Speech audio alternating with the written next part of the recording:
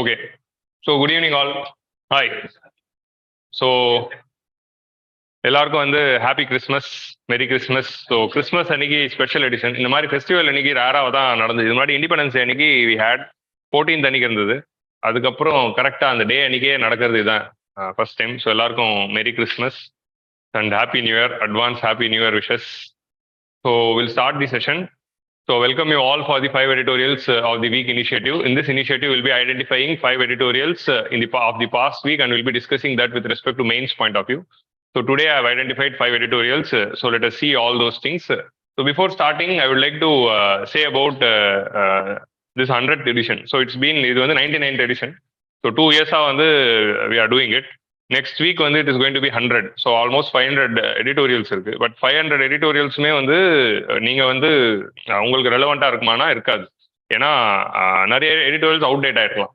But ஒரு சிலது வந்து 10th edition 12th editionல இருந்து கூட ரெலவெண்டாக இருக்கலாம். ஓகே. ஸோ அப்படி இருக்கிறதுனால வாட் ஐ டிசைடட் வாஸ், நம்ம ஆல்ரெடி இந்த 160 இம்பார்ட்டன்ட் எடிட்டோரியல்ஸ் அப்படிங்கிற மாதிரி I am going to compile almost ஒரு 300 editorials. Picking 300 editorials from the 500 and just making a compilation out of it. And then I'm already 160 பண்ண மாதிரி GS 1, 2, 3, 4 அப்படின்னு segregate பண்ணி polity, history, ஹிஸ்ட்ரியில் இருக்காது, பாலிட்டி, ஜியோகிராஃபி, என்வாரன்மெண்ட், கவர்னன்ஸ், அந்த மாதிரி government policies, IR அப்படி செக்ரிகேட் பண்ணி சிலபஸ் வைஸ் செக்ரிகேஷன்ஸ் பண்ணலான்னு இருக்கேன். So that is one thing. அந்த செக்ரிகேஷன் வந்து it is going to be like a manual, ஒரு ஹேண்ட் மேனுவல் மாதிரி. நாளைக்கு நீங்கள் இப்போ படிக்கிறீங்க அப்படின்னா குட் கவர்னன்ஸ் படிக்கிறீங்க அப்படின்னு வச்சுக்கோங்களேன். ஸோ கவர்னன்ஸ் படிக்க போது if you want to read a பாயிண்ட்னா நீங்கள் கரெக்டாக 99th எடிஷனில் வந்து பார்க்கலாம். உங்களுக்கு புரியுதா? That is how.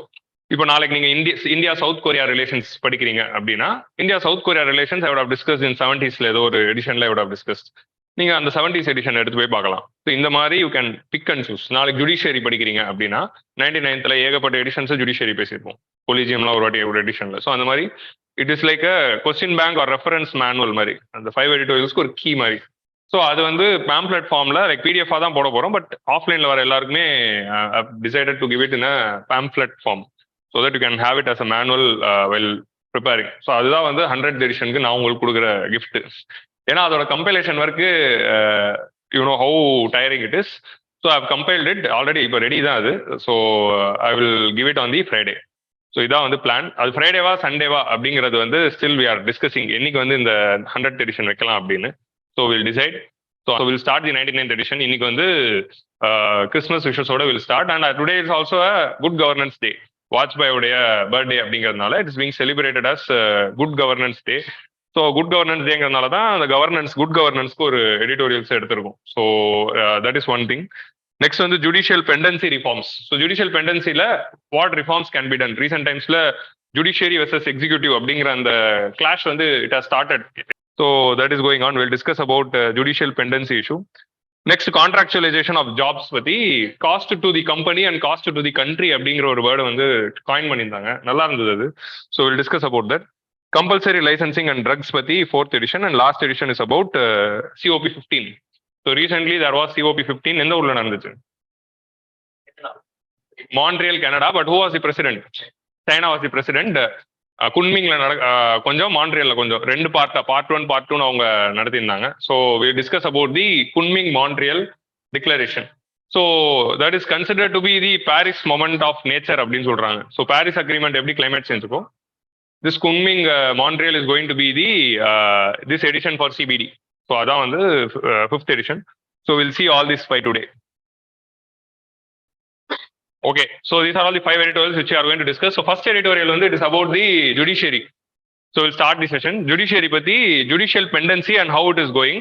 So it is written by Sriram Panchu. Actually Sriram Panchu wrote the same topic.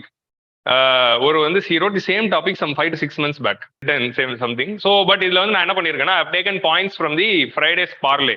இந்த வாடி ஃப்ரைடேல வந்து there was a very interesting parlay regarding whether judges can go on a vacation. So there is this concept called judges going in vacation during the winter and summer times. So summer vacation will be for some 30 odd days. Winter vacation வந்து festival timeல ஒரு 2 weeks இருக்கும். இந்த vacation போறது சரியா தப்பா when judicial pendency is so high. So அதுல இருந்து I've taken points. So 2 points எடுத்து டிஸ்கஸ் பண்ணலாம். ஏன்னா ஜட்ஜஸ் கோயிங் ஆன் வெக்கேஷன் வந்து GS2 ஜுடிஷியரி மட்டும் இல்லாமல் GS4 எத்திக்ஸ்ல கூட it can be a point. So அதில் வந்து நம்ம நம்ம லா மினிஸ்டர் வந்து என்ன சொல்லியிருப்பாருன்னா, லெஜிஸ்லேட்டரும் எக்ஸிக்யூட்டிவ் வந்து அயராது உழைக்கிறாங்களாம், ஜுடிஷியரி மட்டும் வேகன்சியில போறாங்க. ஜுடிஷியல் வேகேஷன் பத்தி ஒரு எம்பியாவது 100% அட்டெண்டன்ஸ் வாங்குறாரா? இதுல வந்து லெஜிஸ்லேச்சர் எக்ஸிக்யூட்டிவ் அயராது உழைக்கிறாங்களாம், ஜுடிஷியரி மட்டும் லீவ்ல போறாங்களாம். So that was the funny thing which got struck when the minister was saying such statements. ஸோ இந்த மாதிரி வந்து எக்ஸிக்யூட்டிவ் அட்டாக்கிங் ஆன் ஜுடிஷியரியில, லெஜிஸ்லேட்டிவ் ஆன் ஜுடிஷியரி, இவங்க 3 பேருக்குள்ள இந்த கவுண்டர் அட்டாக் பண்ணும்போது எந்த மாதிரி கிரிட்டிசிசம் வைக்கிறோம் அப்படிங்கிறது இருக்கு. இப்போ கொலிஜியம்ல ப்ராப்ளம் இருக்குன்னு சொல்றது okay, but these kinds of திங்ஸ்ல வந்து judicial backlog executive is equally responsible. Not only judiciary is responsible, executive is equally responsible because they are only delaying the appointments. Judiciary is sending the list of names for the appointments, but who's delaying it? அப்படிங்கிற அந்த question இருக்குல்ல. So இந்த மாதிரி ஒரு clashing kind of situation வந்து it existed in 1970s when Indira Gandhi was prime minister. 1970s the similar kind of clash between the judiciary versus executive வந்து ஆரம்பிச்சது. So அந்த கிளாஷ் நடக்கும்போது தான் we got basic structure doctrine. We got various things. So 42 scrap பண்ணது, 25க்கு அப்புறமா you will have இந்த கோலக்நாத்ல இருந்து ஆரம்பிச்சு அப்புறம் வந்து கேசவானந்த பாரதி வந்து you will have Minerva mills கேஸ்ல வந்து அது முடிச்சிருக்கும். மினர்வா மில்ஸ் கேஸ்ல உனக்கு வேணாம் எனக்கு வேணான்னு சண்டே வந்து ஃபினிஷ் பண்ணியிருப்பாங்க. அண்ட் யூட லக்ஷ்மிகாந்த்ல அதை பத்தி டீட்டெயிலாக எழுதியிருப்பாங்க எப்படி வந்து அந்த இது போச்சுன்னு. அதை தாண்டி வந்து ஜுடிஷியல் அப்பாயின்மெண்ட்ஸ்ல senior most judges will be breached well appointment அந்த மாதிரி. So similar kind of conflict between judiciary and executive வந்து ரீசென்ட் டைம்ஸ்ல we can see how it is going on. நான் என்ன இது சொன்னேன்னா, லைக் இந்த வெக்கேஷன் பத்தி நான் ஏன் வந்து அதை டைரக்டா சொல்றேன் அப்படின்னா, இந்த பார்லிமெண்ட்ல this executive and legislature people taking leave அப்படிங்கிறது it's I am taking it very personal. Leave போடுறது, ஏன்னா நான் திரும்ப சொல்லியிருக்கேன், 75% அட்டெண்டன்ஸ் இல்லைன்னா அரியர் கொடுக்குறாங்க காலேஜ்ல, in colleges. So how can an MP take leave when there is a parliament session unless there is a health issue or genuine concern? உங்களுக்கு புரியுதா? ஒரு எம்பி எப்படி வந்து பார்லிமெண்ட்ல லீவ் போடலாம்? இதுதான் திஸ் இஸ் தி கொஸ்டின். இவங்க இஷ்டத்துக்கு லீவ் போடுறாங்க, பட் ஜுடிஷியரிக்கு vacation is a much needed thing. So that should be addressed அப்படிங்கிறது தான் வந்து that parley was discussing. So இந்தியாவுடைய இந்த statistics is very important.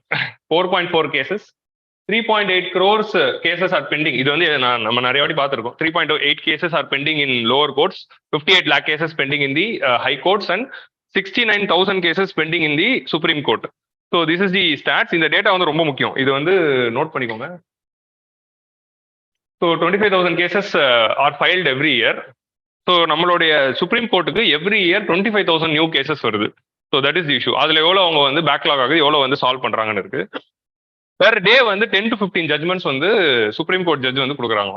In Supreme Court of India every day there is அட்லீஸ்ட் 10 to 15 judgements. So generally a Supreme Court of a country வந்து they handle only the constitutional cases. Okay, but Indian Supreme Courtக்கு ஒரு peculiar issue என்னவா இருக்குன்னா, they are also taking and addressing the civil cases and criminal cases. In the civil case, criminal case, because of the appellate jurisdiction and special leave petition மூலமா they are taking many cases from high courts.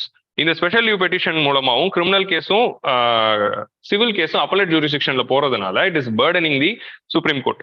So பொதுவாக வந்து appellate courts அப்படிங்கிற இப்போ யூஎஸ்ல நீங்க வந்து federation எடுத்து பார்த்தீங்கன்னா அப்பலேட் கோர்ட்னு ஒன்று இருக்கு, சுப்ரீம் கோர்ட் அவங்க ஊர்ல இருக்க ஃபெடரல் கோர்ட்னு ஒன்று இருக்கு.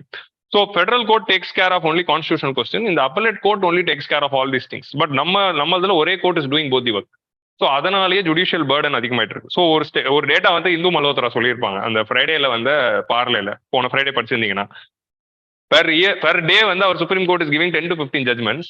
பெர் இயர் வந்து US Supreme court is giving 10 to 15 judgements. யூஎஸோட சுப்ரீம் கோர்ட் ஒரு வருஷத்துக்கே 10 to 15 ஜட்மெண்ட் தான் தராங்களாம். நம்ம சுப்ரீம் கோர்ட் பெர் டேக்கே 10 to 15 ஜட்மெண்ட் தரும். So that is the comparison between the Indian Supreme court and US Supreme court. So அப்படி இருக்கும்போது that is the judicial burden which is being happening. அதனால தான் வந்து there is a lot of recommendation to create the benches இல்லைன்னா court of appeal அப்படிங்கிற ஒரு concept இருக்கு, COA அப்படின்னு சொல்லுவாங்க. கோர்ட் ஆஃப் அப்பீல் அப்படின்னா என்னதுன்னா, சுப்ரீம் கோர்ட்டோட இந்த அப்பலேட் ஜூரிஸ்டிக்ஷன் ஃபங்க்ஷன்ஸை எடுத்து அதை 4 பெஞ்சா பிரிச்சு establish benches in the major cities in north, south, east, west and centre, maybe 5 cities பண்ணிக்கலாம். இந்த 5 cities வந்து பெஞ்சஸ் உருவாக்கிட்டோம்னு வச்சுக்கோங்களேன். அப்பலேட் கேசஸ் எல்லாம் அந்த பெஞ்சுக்கு போயிடும். இப்போ நம்ம மதுரை பெஞ்ச் ஆஃப் ஹைகோர்ட் இருக்குல்ல, அந்த மாதிரி வந்து அப்பலேட் கேசஸ்லாம் அந்த சென்னை பெஞ்ச் ஆஃப் சுப்ரீம் கோர்ட்டுக்கே போகும்.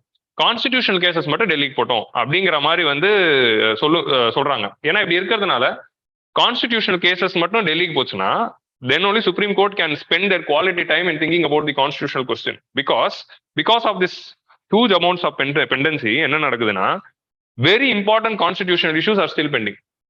ஒரு கான்ஸ்டிடியூஷனல் இஷ்யூ வந்து கோர்ட்டுக்கு போயிட்டு ஜட்மெண்ட் வரதுக்கு 2 வருஷம் ஆகுது.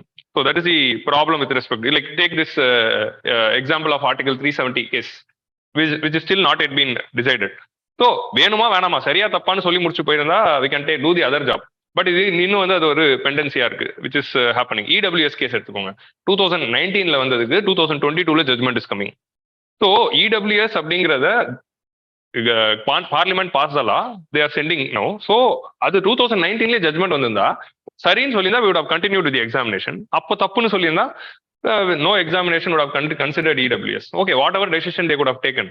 Imagine a situation where Supreme Court scrapping EWS after 2 years. What would have happened to those people who selected through EWS quota between those 2 years?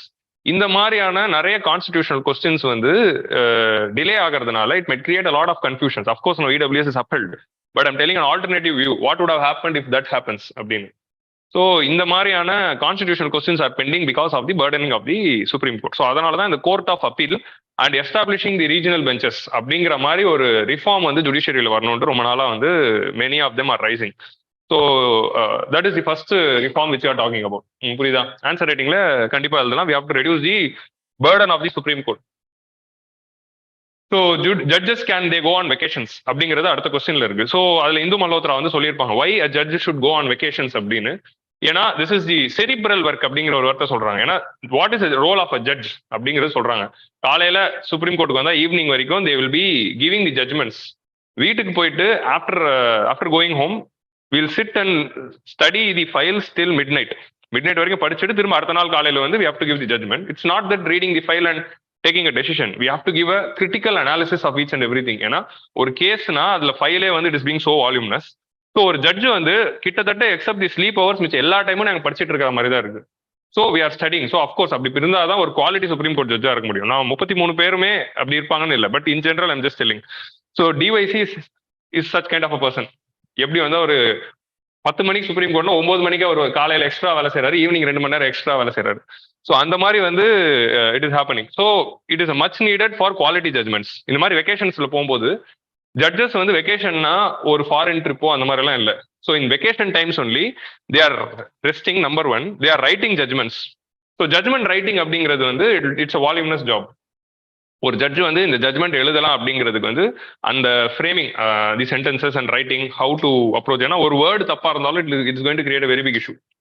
ஒரு ஜட்மெண்ட்டை வந்து ஃப்ரேம் பண்ணிட்டு அதை ஃபைனல் டிராஃப்ட் ரெடி பண்ணிட்டு அதை நிறைய ஜட்ஜுக்குள்ள சர்க்குலேஷன் பண்ணி இது கொடுக்கலாமா வேணாமா அப்படிங்கிறத டிஸ்கஸ் பண்ணிட்டு தான் ஃபைனல் ஜட்மெண்ட்ஸ் வந்து it will be delivered in the open court. கோர்ட்ல சுப்ரீம் கோர்ட்ல அங்கே உட்காந்து பேசுறாங்கல்ல, அங்க எதுவும் யோசிக்கலாம் மாட்டாங்க. அங்க வந்து ஃபைனலா வந்து there just taking a decision. So all the thought process goes back home. So அப்படி இருக்கிறதுனாலே வந்து it's a highly cerebral work. So we need vacation. இல்லைன்னா என்ன ஆகும் அப்படின்னா இந்த தாட் ப்ராசஸ்ல வந்து it is going to create a lot of burden for us. So இந்த மாதிரி ரெஸ்டிங் வெக்கேஷன் டைம்ல டேக்கிங் ரெஸ்டா இருக்கட்டும், writing judgements or doing research. A judge of Supreme Court of India should be aware of what judgment US is giving, what judgment UK is giving, what judgment Australia is giving, what is the latest trend with respect to judiciary, what is the latest way they have interpreted. இப்போ நம்மளோட நிறைய ஜட்மெண்ட்ஸ்ல வந்து யூஎஸோட supreme கோர்ட்டோட judgements எல்லாம் side பண்ணுவாங்க. So அந்த மாதிரி citations எல்லாம் இருக்கணும்னா you have to study. So அந்த ஸ்டடிங் ஒர்க் வந்து they have to do the research. They have to read, comprehend, assess files and it's a tiring work burden. So giving them the vacation is a good thing அப்படிங்கிற மாதிரி சொல்லியிருப்பாங்க. That doesn't mean that Supreme Court is being closed on the vacations. There is this concept called vacation bench.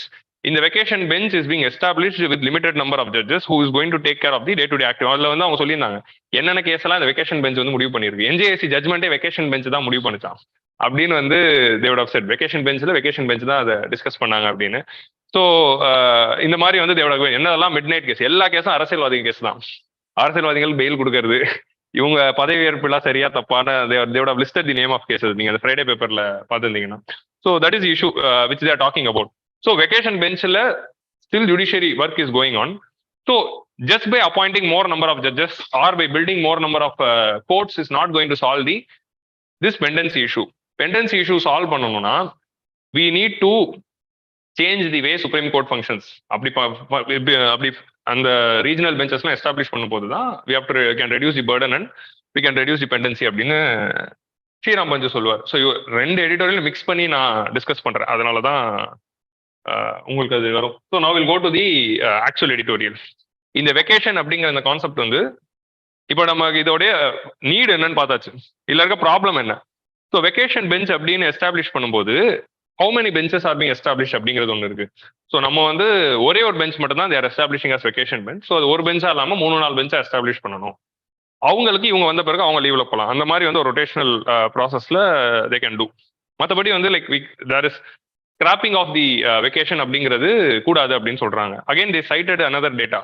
How many working days our Supreme Court is sitting, Australian Supreme Court is sitting, and US Supreme Court is sitting அப்படிங்கிற அந்த data வந்து தேவை sharing. இத்தனை இதே sir of course நம்ம ஊர்ல population அதிகம், naturally population அதிகம்னா ஒரு கோர்ட் வச்சுக்கிட்டு இருந்தா அதுதான் வந்து தே ஆர் டெல்லிங்.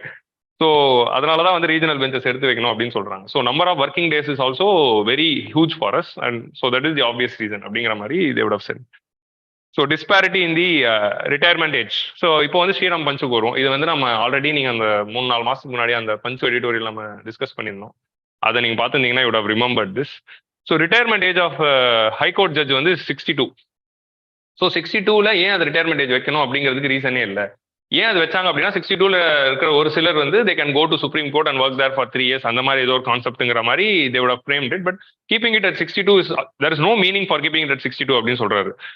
இந்த மாதிரி 62லேயே இருக்கும்போது still they are having 5 to 6 years of active age where they can work. So அப்படி இருக்கும்போது எதுக்கு 62ல ரிட்டையர் பண்ணணும், அதை 65 ஆக்கலாமே அப்படிங்கிற அந்த இது சொல்றாரு. அது 65 ஆக்கிறதுனால we can reduce dependency, we can reduce the vacancies, we can reduce the reappointment issue அப்படிங்கிற மாதிரி சொல்றாரு. So increase the retirement age of high court judges to 65. இன்னொரு விஷயம் என்ன சொல்றாரு அப்படின்னா, like if you take the US example, US example எப்படி இருக்கும் அப்படின்னா, there is no retirement age in USA. A judge is a Supreme Court judge till they die. உங்களுக்கு புரியுதா? அவங்களுக்கு எதர் அவங்க if their mind is working they can continue till their mind is working. So அதுதான் வந்து US ஓட law. So once a judge is appointed they are going to sit there அப்படிங்கிற மாதிரி தான் அங்க இருக்கு. ஸோ அந்த அஃப்கோர்ஸ் நம்ம அந்த மாதிரி ஒரு எக்ஸ்ட்ரீம் போவேன்னா அட்லீஸ்ட் 65 to 70 வரைக்கும் கூட we can extend. ஸோ இந்த ஒரு வே ஃபார்வர்ட் வந்து எழுதலாம். ஸோ இதுக்கு வந்து ஒரு அனாலஜி கொடுத்திருந்தாரு. இந்த அனாலஜி வாஸ் வெரி குட். நம்ம ஆன்சர் ரைட்டிங்ல எஸ்ஏ ரைட்டிங்ல இப்படிதான் எழுதணும். ஸோ நீங்க ஜஸ்ட் வந்து எழுதும் போது நான் இதுதான் சொல்றேன், எடிட்டோரியல் படிக்கும் போது நம்மளோட ரைட்டிங் ஸ்கில்ல நம்ம எப்படி இம்ப்ரூவ் பண்ணிக்கிறோம் அப்படிங்கிறது யோசிக்கணும். Rich sediment of river banks getting washed out in the sea அப்படிங்கிற மாதிரி தான் இருக்கான் 62 ஏஜ்ல ஹைகோர்ட் ஜட்ஜுக்கு ரிட்டையர்மெண்ட் கொடுத்து வீட்டுக்கு அனுப்புறது. ஸோ 62 வயசுல அனுப்புறதுக்கு பதிலாக அவங்களை இன்னொரு 65 வயசுல வச்சிருந்து யூஸ் பண்ணலாமே அப்படிங்கிறது தான் வந்து தேர் டெல்லிங். அட்லீஸ்ட் அவங்கள வந்து ஹைகோர்ட்ல ரீடைன் பண்ணலனாலும் இன்னொரு ஐடியா சொல்றாரு.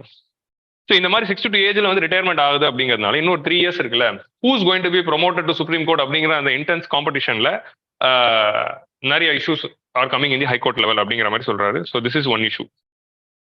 ஸோ இன்னொரு விஷயம், கான்ஸ்டியூஷன்ல unused part of the constitution அப்படின்னு ஒரு சில ஆர்டிகல்ஸ்லாம் இருக்கும், ரொம்ப நாளா தூங்கிக்கிட்டு இருக்கிற ஆர்டிகல்ஸ். அதுல ஒரு சில ஆர்டிகல்ஸ் தான் article 127, 128 and 224, 224A.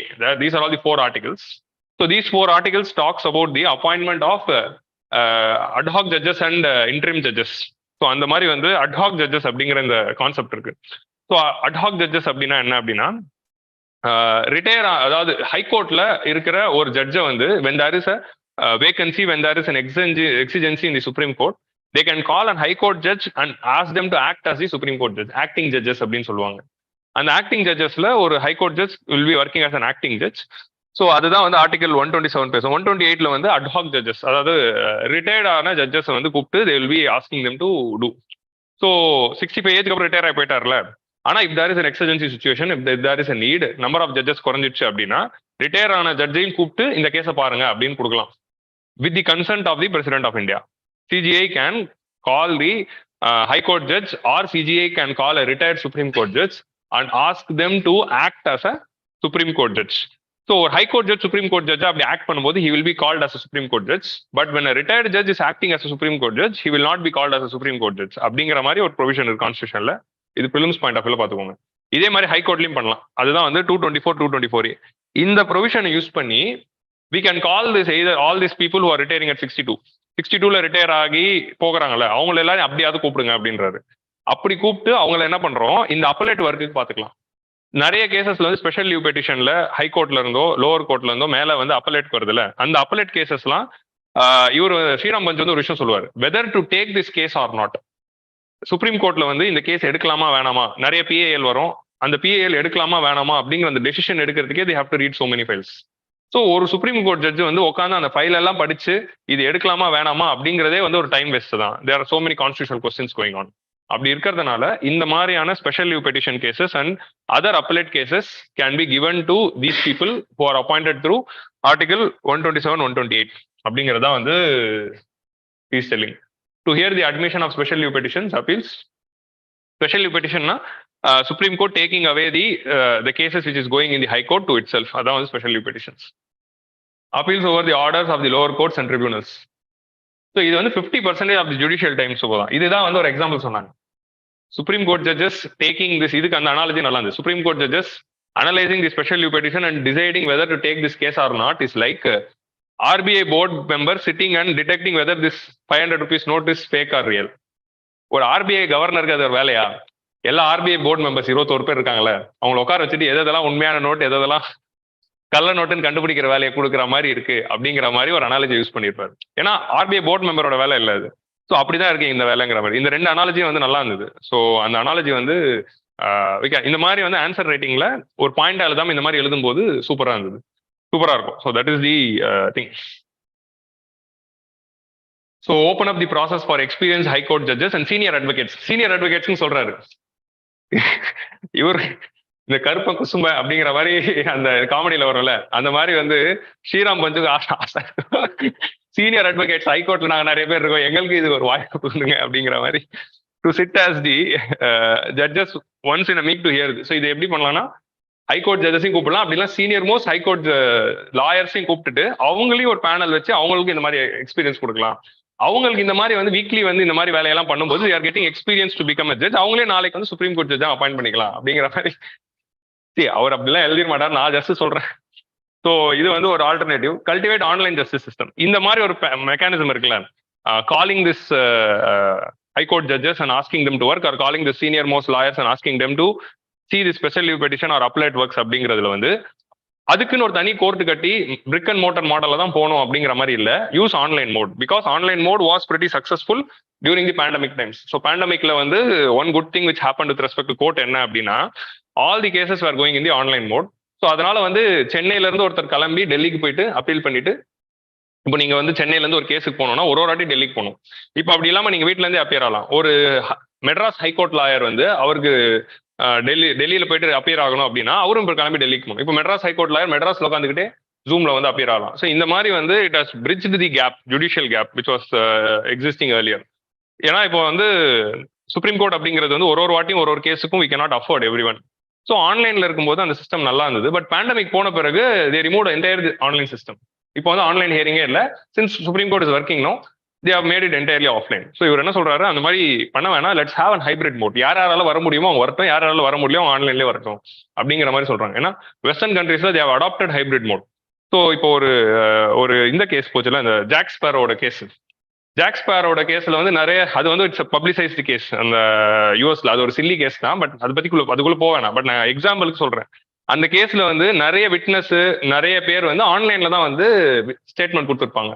I mean Johnny டெப்போடைய divorce case, அதை தான் சொல்றேன். It was publicise in media like that. So அதனால சொல்றேன், அதோட வீடியோஸ்லாம் பார்த்ததுனால I'm just telling. So hybrid modes it's being followed in the western countries.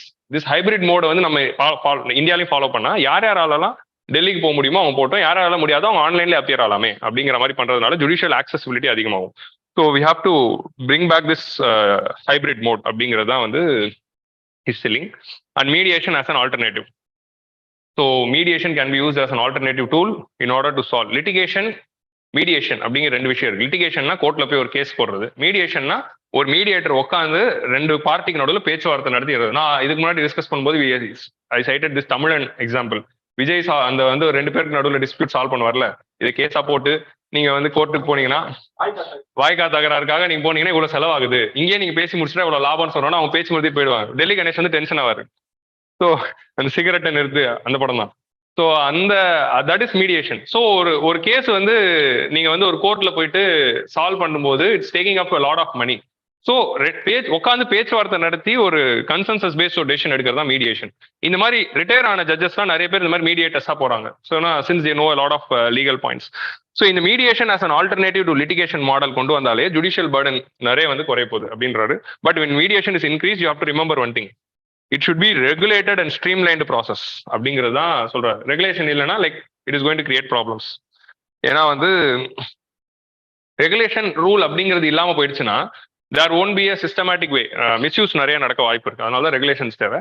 Personal matter, matrimonial disputes, commercial property disputes, இது எல்லாமே வந்து you can take to this mediation. அப்படி பண்ணும்போது இந்த நம்பர்ஸ்லாம் வந்து நிறைய வந்து இந்த மெத்தடுக்குள்ள போகும்போது இந்த நம்பர்ஸ்லாம் குறையும் அப்படிங்கிறது he's telling.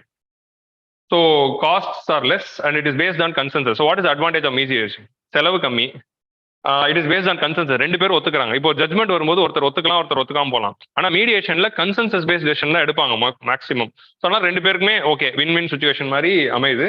It eliminates appeal, அதனால ஜுடிஷியல் பர்டன் குறையுது. இந்தியாவில் வந்து 50% சக்சஸ் ரேட் இருக்கு இந்த மீடியேஷன் ரிலேட்டட் இஷ்யூஸ்க்கு. 50% 100 கேஸ் மீடியேஷன் போதுன்னா 50 பேர் கன்சென்சஸ்ல டெசிஷன் எடுக்கிறாங்க. அப்கோர்ஸ் இன்னொரு 50 பேரால் கன்சென்சஸா எடுக்க முடியாது, that is the thing.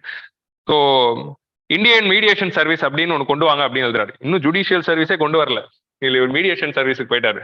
Indian judicial சர்வீஸை கிரியேட் பண்ண ஒரு ஆல் இந்தியா சர்வீஸா அப்படிங்கிறது ஒரு long bending reform which is still not yet implemented. There is a provision in constitution to establish Indian judicial service, but இன்னும் வந்து அதை வந்து எஸ்டாப்ளிஷ் பண்ணல. ஸோ அதே மாதிரி நம்ம ஆன்சர் ரைட்டிங் எழுதுவோம், இந்தியன் மீடியேஷன் சர்வீஸ்னு ஒன்று கொண்டு வந்து ஸ்ட்ரீம்லைன் பண்ணீங்கன்னா பயங்கரமா இருக்கும். அந்த லைக் இந்த மாதிரி மீடியேஷன் ஒர்க்குலாம் வந்து நம்ம இந்த ரிட்டையர்மெண்ட் ஜட்ஜஸ் எல்லாம் யூஸ் பண்ணலாம் அப்படிங்கிறதான் சொல்றாரு. when necessity and possibility converge, sparks get ignited அப்படின்ற மாதிரி எழுதுறாரு. இந்த மாதிரி நல்ல பஞ்சா கொடுக்குறாரு. அதனாலதான் ஸ்ரீராம் பஞ்சு அப்படிங்கிற பேர் அவருக்கு வந்திருக்கு.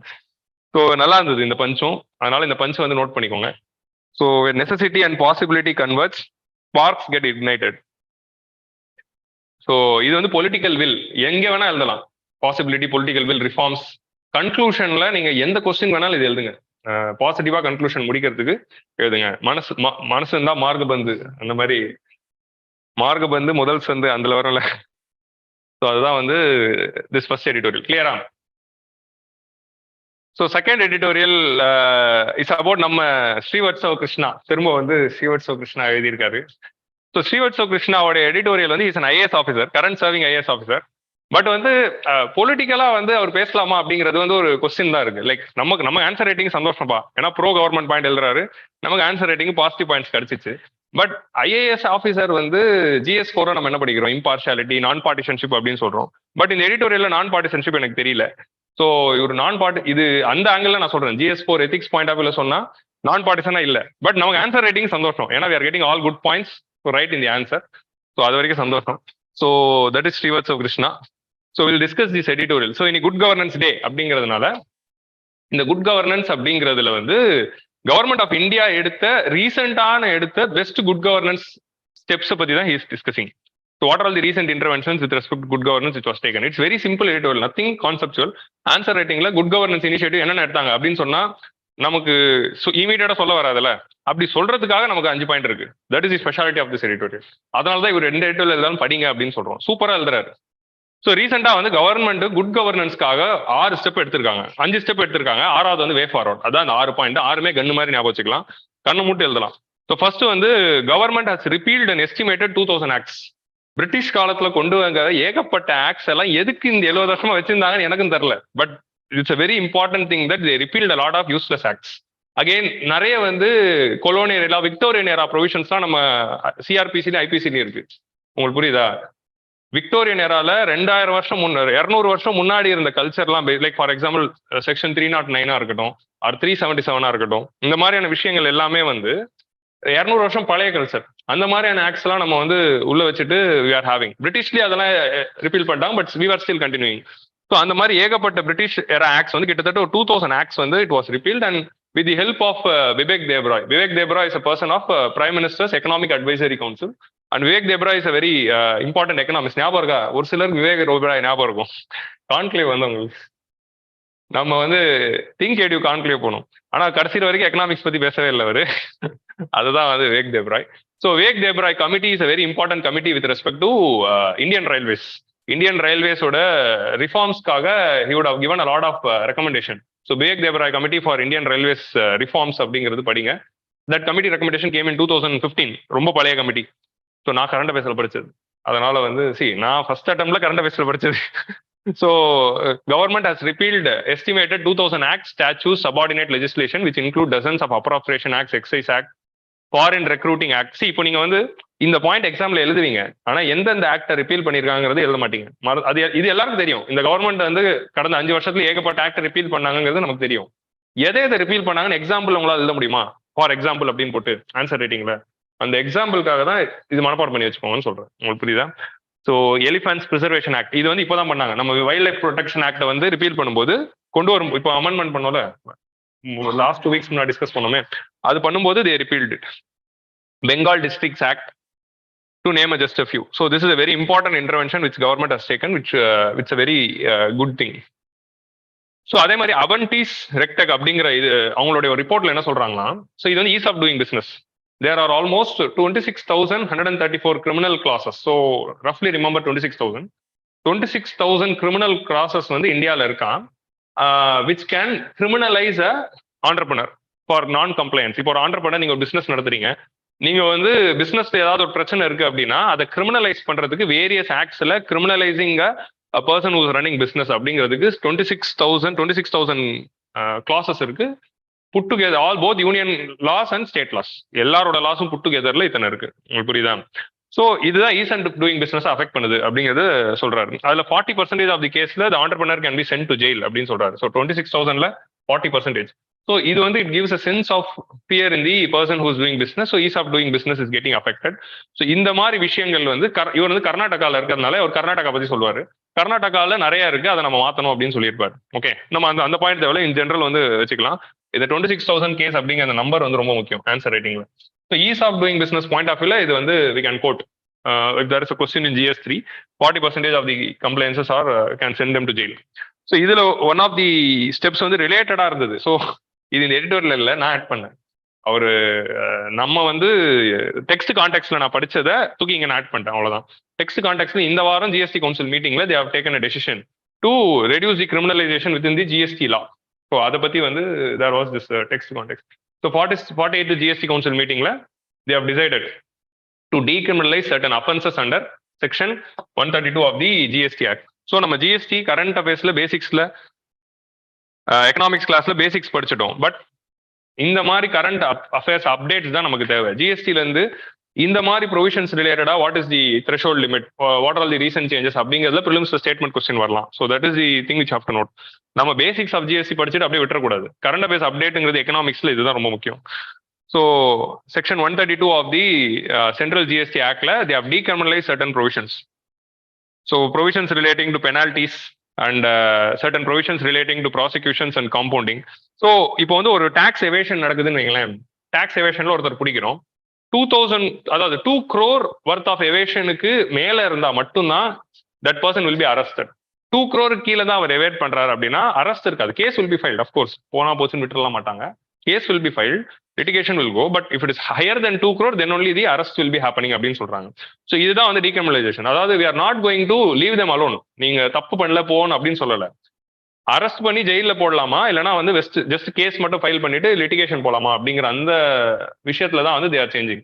ஸோ இதுதான் ஈஸ் ஆஃப் டூயிங் பிசினஸ் வந்து யூஸ் பண்ணுது. ஸோ அந்த 2 crore அப்படிங்கிறத they have set the threshold.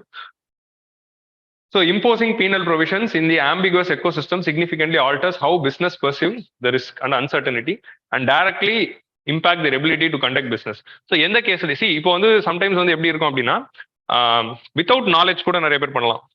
So without நாலேஜ்ல பண்ண ஒரு சில விஷயங்களுக்கு கிரிமினலைஸ் பண்ணலாமா அப்படிங்கிற இந்த கொஸ்டின் இருக்கு. மென்ஸ்ரியா அப்படின்னு சொல்லுவாங்களே, மென்ஸ்ரியானா என்ன? Whether there was an intention for this person to do a crime, அதான் வந்து மென்ஸ்ரியா அப்படின்னு சொல்லுவாங்க லாட்டின்ல. ஸோ அந்த மென்ஸ்ரியா அப்படிங்கிறது இல்லாம லீகலா இப்படி ஒரு ப்ரொவிஷன் இருக்கிறது தெரியாம ஒருத்தர் தப்பு பண்ணலாம். ஸோ அந்த மாதிரி இருக்கும்போது அவங்களை கிரிமினலைஸ் பண்ணி ஜெயிலில் போடுறது நீட் இல்லை. ஸோ அங்க வந்து we can give a good judgment to just put a penalty on them and leave. So இந்த மாதிரி பெனால்ட்டி போடக்கூடாதுன்னு இல்லை, பெனால்ட்டி போட்டு விட்டுறலாம் அப்படிங்கிறது தான் வந்து ease of doing business. So இந்த ஈஸ் ஆஃப் டூயிங் பிசினஸ் தான் வந்து they are doing here. Okay, so அந்த மாதிரி பெனால்டிஸ் எல்லாம் they are removing. ஸோ எங்கெங்கெல்லாம் சொல்லுங்க. ஸோ டாக்ஸ் எவேஷன்ல ஒழுங்கான ரிட்டர்ன்ஸ் ஃபைல் பண்ணாதுல, இன்புட் டாக்ஸ் கிரெடிட்டை வந்து கிளைம் பண்ணும்போது தப்பா கிளைம் பண்றது. இன்புட் டாக்ஸ் கிரெடிட்ல ஒரு ஸ்கேம் போயிட்டு இருந்தது. என்ன ஸ்கேம் போயிட்டு இருந்ததுன்னா, ஃபேக் ஷெல் கம்பெனிஸை உருவாக்கி அங்கிருந்து கூட்ஸை வாங்கின மாதிரி கணக்கு காட்டி ஃபேக் இன்புட் டாக்ஸ் கிரெடிட்டை வந்து கிளைம் பண்ணிட்டு இருந்தாங்க நிறைய பேர். ஸோ அந்த மாதிரி கேசஸ்லாம் நிறைய இருக்கு. ஸோ அமௌண்ட் ஆஃப் ரீஃபண்ட் வந்து இம்ப்ராப்பர்லி கிளைம்டு. ஸோ இந்த மாதிரி ஏகப்பட்ட விஷயத்துக்குலாம் வந்து இஷ்யூஸ் இருந்து. ஸோ அதெல்லாம் வந்து கொஞ்சம் ஸ்ட்ரிக்ட், அதாவது ஜெயில் தண்டனை இருக்கிறத பெனால்ட்டி ஆக்கிட்டாங்க, பெனால்ட்டி இருக்கிறத கொஞ்சம் பெனால்ட்டி குறைச்சிருக்காங்க. அந்த மாதிரி வந்து தே ஹவ் சேஞ்ச்ட். இது வந்து இந்த வாரத்திலேயே வந்தது ஒன்று. நெக்ஸ்ட் வந்து prevention of corruption act. So prevention of corruption act உடைய அமெண்ட்மெண்ட் வந்து 2018 ஒன்று பண்ணியிருக்காங்க. So that is a very important amendment. இந்த அமெண்ட்மெண்ட்டை பேஸ் பண்ணி there was also mains question. Prevention of corruption act 2018 amendment பத்தி போய் படிங்க. மெயின்ஸ் கொஸ்டின்ல கேட்டாங்க வாட் இஸ் இம்பார்ட்டன்ட். 2019 மெயின்ஸ்லேயே வந்துச்சு discuss about the recent amendments with respect to prevention of corruption ஆக்ட்னு GS2லே கேட்டுட்டாங்க. பட் ஸ்டில் அந்த அமெண்ட்மெண்ட்ல ஒரு முக்கியமான அமெண்ட்மெண்ட் என்ன பண்ணாங்க அப்படின்னா removal of section 13 of criminal misconduct. இப்போ வந்து இவர் வந்து ஒரு எக்ஸாம்பிள் கொடுத்துருக்காரு. என்ன எக்ஸாம்பிள்னா, இமேஜின் சுச்சுவேஷன், ஒரு கலெக்டர் இருக்காரு. அந்த கலெக்டர் வந்து அவங்களோட டிபார்ட்மெண்ட்டுக்கு ஒரு 10 லேப்டாப் வந்து வாங்குறாங்க. ஸோ 10 லேப்டாப் வந்து வாங்குறப்போ அவர் வந்து ஒரு கடையில் இமீடியட்டா அந்த டிபார்ட்மெண்ட் 10 லேப்டாப் தேவை. கடையில் போயிட்டு எந்த கடையில் பக்கத்தில் இருக்கோ அங்கே என்ன விலைக்கு விற்கிதோ அந்த லேப்டாப் 10 லேப்டாப் வாங்கிட்டார். 40,000 ரூபாய் ஒரு லேப்டாப் அப்படின்னு சொல்லி 10 லேப்டாப் வாங்கிட்டார். இப்போ வந்து இமேஜின் சுச்சுவேஷன், அதே ஏரியால இன்னொரு கடையில 30,000 ரூபாய்க்கு லேப்டாப் கிடைக்குது அப்படின்னு இருந்துச்சுன்னு வச்சுக்கோங்களேன், திஸ் பர்சன் மேல கிரிமினல் ஆக்ஷன் எடுக்கலாம், கரப்ஷன் அப்படின்னு சொல்லி. உங்களுக்கு புரியுதா? இவர் கரப்ஷன், ஏன்னா அந்த கடைக்காரர்கிட்ட லஞ்சம் வாங்கிட்டு தான் அவருக்கு அந்த 30,000 ரூபாயிலே வாங்க வேண்டிய ஒரு கடையை விட்டுட்டு 40,000 ரூபாய் கொடுத்தீங்க இந்த கடையில் வாங்குற, என்ன இந்த கடைக்காரர் இவருக்கு சொந்தம் இல்லை இவர்கிட்ட லஞ்சம் வாங்கிட்டாரு அப்படின்னு சொல்லி தே கேன் டேக் ஆக்ஷன். இதுதான் ப்ரிவென்ஷன் ஆஃப் கரப்ஷன் ஆக்ட்ல இருக்க ஒரு ப்ரொவிஷன். ஸோ இப்படி ஒரு ப்ரொவிஷன் இருக்கிறதுனாலயே திஸ் இஸ் பியூரோக்ரட்டைசேஷன். இந்த ஒரு ப்ரொவிஷன் இருக்கா? நாளைக்கு நீங்க ஒரு ஆஃபீஸரா இருந்தா என்ன பண்ணுவீங்க? ஐயோ எதுக்கு வம்பு, சரி வா டெண்டர் விடலாம், 10 லேப்டாப் தான் வாங்கணும், அது ஒரு டெண்டர், 10 லேப்டாப் எங்களுக்கு தேவை, டெண்டர் விடப்படும். ரிச்சி ஷீட்டுக்கு போனோமா 10 லேப்டாப் வாங்கணுமா வந்தோமா வேலையை முடிச்சோமான்னு இல்லை, டெண்டர் விட்டு 10 லேப்டாப் தேவை அப்படின்னு விடுவாங்க. விட்டுட்டு அந்த டெண்டருக்கு வந்து பதில் வந்து ஒரு வாரம் கழிச்சு வரும். அதுக்கப்புறம் வந்து திரும்ப வந்து அந்த டெண்டர்ல எதுன்னு பார்த்துக்கிட்டு இவர் தான் வந்து லீஸ்ட் காஸ்ட் மெக்கானிசம் எக்கனாமிக் சர்வேல டிஸ்கஸ் பண்ணிருப்போம். லீஸ்ட் காஸ்ட்னு பார்த்துட்டு லீஸ்ட் காஸ்ட் ரவுண்ட் பண்ணி அவருக்கு டெண்டர் கொடுப்பாங்க. ஸோ 2 வாரம் ஆயிடும். ரிச்சி ஷீட்டுக்கு போனோமா 10 லேப்டாப் வாங்கணுமா அப்படின்னு இல்லாம 2 வாரம் கழிச்சு இந்த லேப்டாப் வந்து வேலை நடக்கும். இந்த மாதிரி இருக்கிறது எதுக்கு? அந்த IAS ஆஃபீஸருக்கே தெரியும் அது தப்புன்னு, பட் தே ஆர் அஃப்ரேட். ஏன்னா இப்போ இப்போ நிறைய ஈகோ அப்படிங்கிறது ஹியூமன் இருக்க எல்லா இடத்துலயும் ஈகோ இருக்கும்ல, இந்த ஈகோ வச்சு பழி வாங்கினாலும் வாங்கிடலாம். ஸோ பாருங்க, அவருக்கு 30,000 ரூபாய்க்கு லேப்டாப் கிடையாது, அவர் 40,000 ரூபாய் வாங்கியிருக்காரு, கண்டிப்பா அவர் லஞ்சம் வாங்கியிருக்காரு அப்படின்னு சொல்லி அவர் மேல ஆக்ஷன் எடுத்துடலாம். ஸோ இந்த மாதிரி விஷயத்த கொஞ்சம் டீக்ரிமினலைஸ் பண்ணா இது வந்து the exempted such decisions. So a person can take a decision while buying the procurements. An government officer can take such decisions while buying the procurements if it is in the interest of the government. So 40,000 ரூபாய்க்கு laptop வாங்குறதுனால quality வருது அப்படின்னு சொன்னா வாங்கலாம். But எனக்கு இது வரைக்கும் எனக்கு அந்த லீஸ்ட் காஸ்ட் கான்செப்டே எனக்கு புரியல. நான் வந்து 8 வருஷமா படிச்சுக்கிட்டு இருக்கேன். எதுக்கு டெண்டர்ல லீஸ்ட் காஸ்ட் கொடுக்குறவங்க தான் டெண்டர் கொடுக்கணும் அப்படின்னு ஒரு ரூல் இருக்குங்கிறது எனக்கு இன்னும் புரியல. அது என்ன லாஜிக்? இப்போ ஒருத்தர் வந்து ஒரு ப்ராஜெக்ட் 20 லட்ச ரூபாய்க்கு பண்ணி தரேன்றாரு, இன்னொருத்தர் 25 லட்ச ரூபாய்க்கு பண்ணி தரேன்றாரு. நம்ம யார் கம்மியா கோட் பண்றாங்கன்னு பார்க்கணுமா, இல்லை யார் குவாலிட்டி கொடுக்குறாங்கன்னு பார்க்கணுமா? குவாலிட்டி தானே பார்க்கணும். And why there is a reason for this least cost கான்செப்ட்ங்கிறது எனக்கு புரியல. அது டெண்டர்ல அதுக்கு ரிஃபார்ம் பண்ணியிருந்தாங்க. அது எக்கனாமிக் சர்வேல we would have discussed. அது இவர் எழுதல, but still it is we discussed in the economic survey what are all the recent changes with respect to tendering அப்படிங்கிறது. So they removed this clause. Next வந்து DigiLocker வந்தது. It's a very important thing. 10 crore users and 5 billion documents are been uploaded till now. ஸோ இந்த மாதிரி வந்து DigiLocker வந்ததுனால என்ன ஆயிடுச்சு, you no need to carry any document anywhere. So wherever you need you can just attach the link of the DigiLocker. நீங்க வந்து ஆன்லைன்ல எந்த ஒரு விஷயத்தை அப்ளை பண்ணாலும் எக்ஸப்ட் இன் டிஎன்பிஎஸ்சியில் இன்னும் வந்து குரூப் 2 குரூப் 1க்குலாம் நீங்க மெயின்ஸ் எழுதுறோம்னா சேவால போயிட்டு டாக்குமெண்ட் அப்லோட் பண்ணுமா. UPSCல இப்போ நீங்க மெயின்ஸ் எழுத போறீங்க அப்படின்னா ஆல் தி டாக்குமெண்ட்ஸ் வந்து நீங்க ஸ்கேன் எடுத்து நீங்களே அப்லோட் பண்ணிடலாம். பிடிஎஃப்ல என்ன சொல்லுவாங்க, 3 MB குள்ள இருக்கணும், அவ்வளவுதான் கண்டிஷன் இருக்கும். டிஎன்பிஎஸ்சியில் நீங்க அதுவே மெயின்ஸ் எழுதுறீங்கன்னா என்ன நடக்குது, சேவாக்கு போயிட்டு அவங்கள்ட்ட அந்த டாக்குமெண்ட்ஸ் கொடுத்து சேவா வழியா தான் அப்டேட் பண்ணுமா. இந்த மாதிரி ஒரு சில this is the problem here. I don't know why that rule is there in Seva. This is the thing. So இந்த மாதிரி வந்து டிஜிலாக்கர் அப்படின்னு ஒன்று கொண்டு இப்படி வந்ததுனால இந்த டாக்குமெண்ட்ஸ் ஹேண்ட்லிங் வந்து it has revolutionise with respect to documents. அதே மாதிரி என்டர்பிரினர் லெவல்ல டிஜிலாக்கர் ஒன்று கொண்டு வரணும். இப்போதைக்கு டிஜிலாக்கர் வந்து இண்டிவிஜுவல்ஸ் தான் வச்சிருக்கோம். ஒரு கம்பெனின்னு எடுத்துக்கிட்டீங்கன்னா அந்த கம்பெனிக்குன்னு ஒரு செட் ஆஃப் 20-30 டாக்குமெண்ட்ஸ் இருக்கும். இந்த அப்ரூவல் அந்த அப்ரூவல், இந்த லைசன்ஸ் அந்த லைசன்ஸ்னு. ஸோ இந்த எல்லா லைசன்ஸுமே வந்து ஒரு இடத்துலையும் இப்போ நீங்க ஒரு விஷயத்துக்கு அப்ளை பண்றப்போ அதெல்லாம் கொடுக்கணும். வேற ஒரு விஷயத்துக்கு நாளைக்கு அப்ளை பண்ண போறீங்கன்னா அந்த ஆஃபீஸ்லேயே வந்து they lost the same documents. So அப்போ திரும்ப வந்து அது எல்லாத்தையும் பிரிண்ட் எடுத்து போய் அங்கே கொடுக்க வேண்டியதா இருக்கு. இப்போ இன்னொரு இடத்துக்கு போனீங்கன்னா அதே டாக்குமெண்ட். இது எல்லாமே டிஜிலாக்கர்னு கவர்மெண்டோட டேட்டா பேஸ்ல இருந்தால் எப்படி இருக்கும், government can just take this documents through digital ways. So அந்த மாதிரி என்டர்பிரைனருக்கு ஒரு டிஜிட்டல் லாக்கர் ஃபியூச்சர்ல கொண்டு வந்தா நல்லா இருக்கும் அப்படின்னு ஒரு சஜஷன் வந்து he's giving. So he is giving 2 models of Karnataka, which we can write in the answer rating: Kudumba and Fruits. குடும்பா அப்படிங்கிறது என்ன அப்படின்னா என்டைட்டில்மெண்ட் மேனேஜ்மெண்ட் சிஸ்டம். ஸோ இங்க என்ன பண்றாங்க, beneficiary identification has been a problem. கரெக்டா?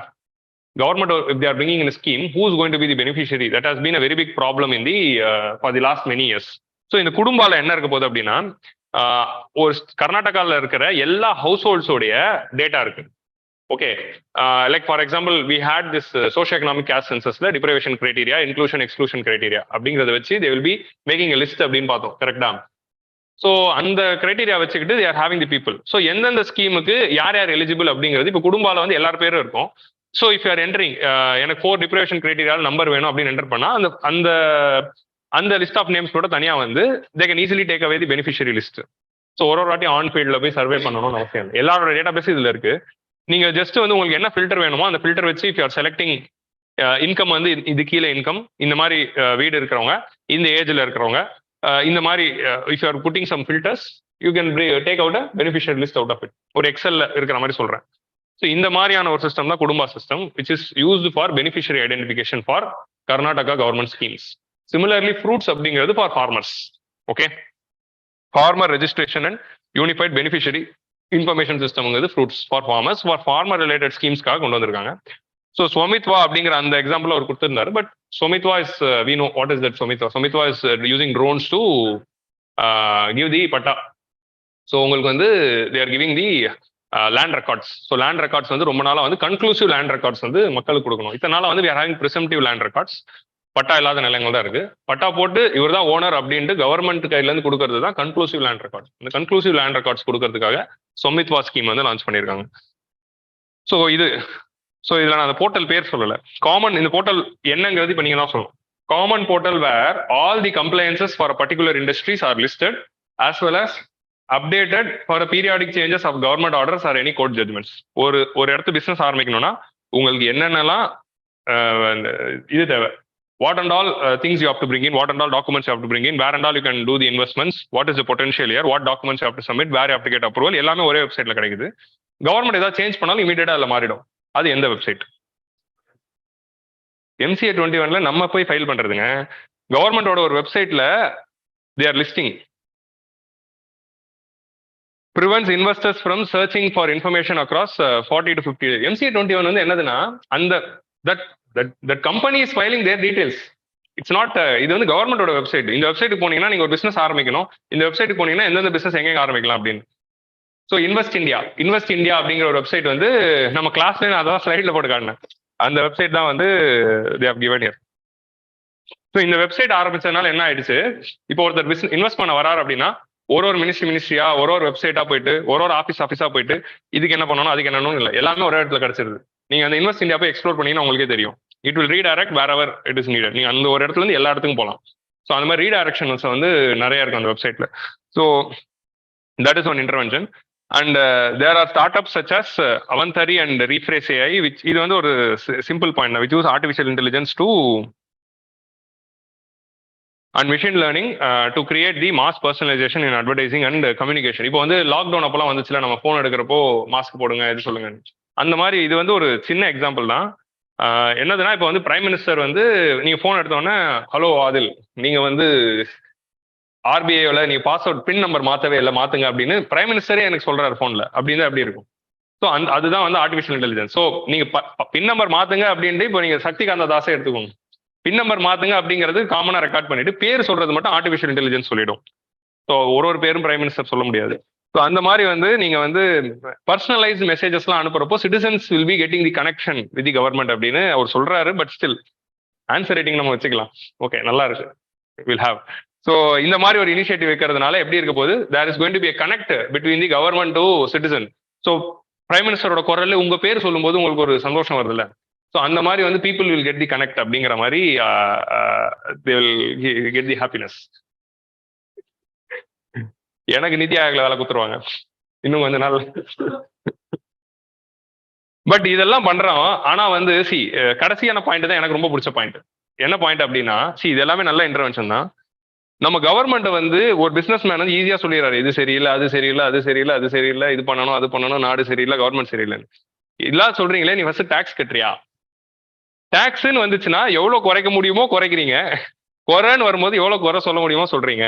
நீங்க tax ஒழுங்கா கட்டினாதான் இதெல்லாம் இன்னும் நல்லா பண்ண முடியும். இதெல்லாம் ஏன் இன்னும் எங்களால் நல்லா பண்ண முடியல அப்படின்னா நீங்க டாக்ஸ் கட்டுறதுனால. ஏன்னா India is having one of the lowest tax to GDP ratio.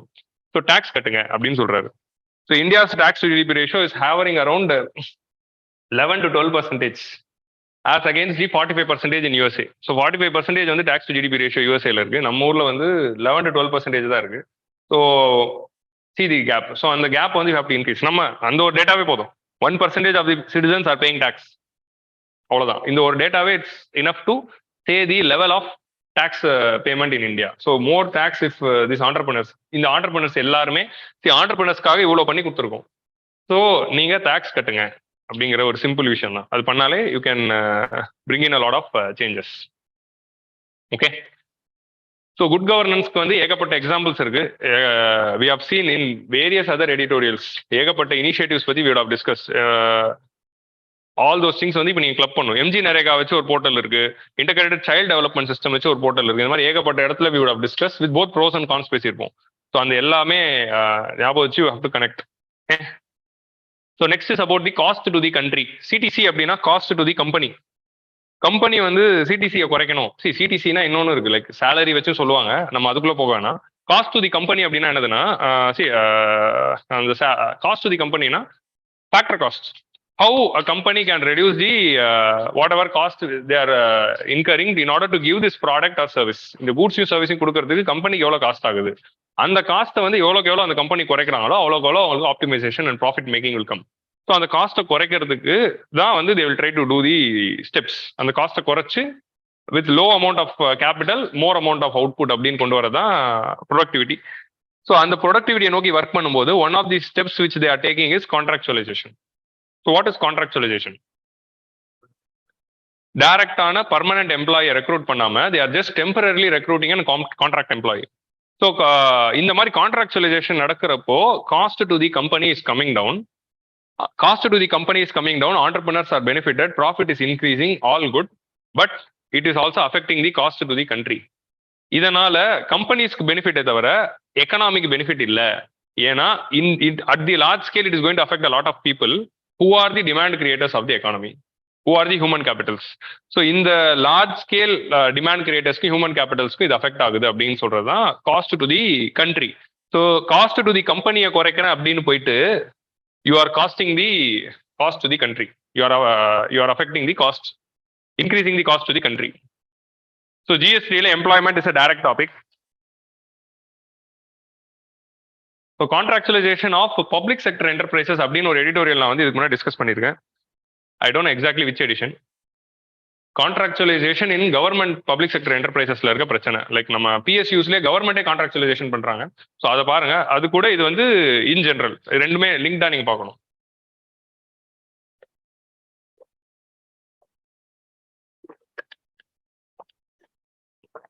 Some 70s தான். என்னால் 70s சொல்ல முடியும், ஆனா நம்பர் தெரியல. ஏன்னா இப்பதான் லிஸ்ட் மெயின் பண்ணல. அதை பாருங்க. Okay, online is going.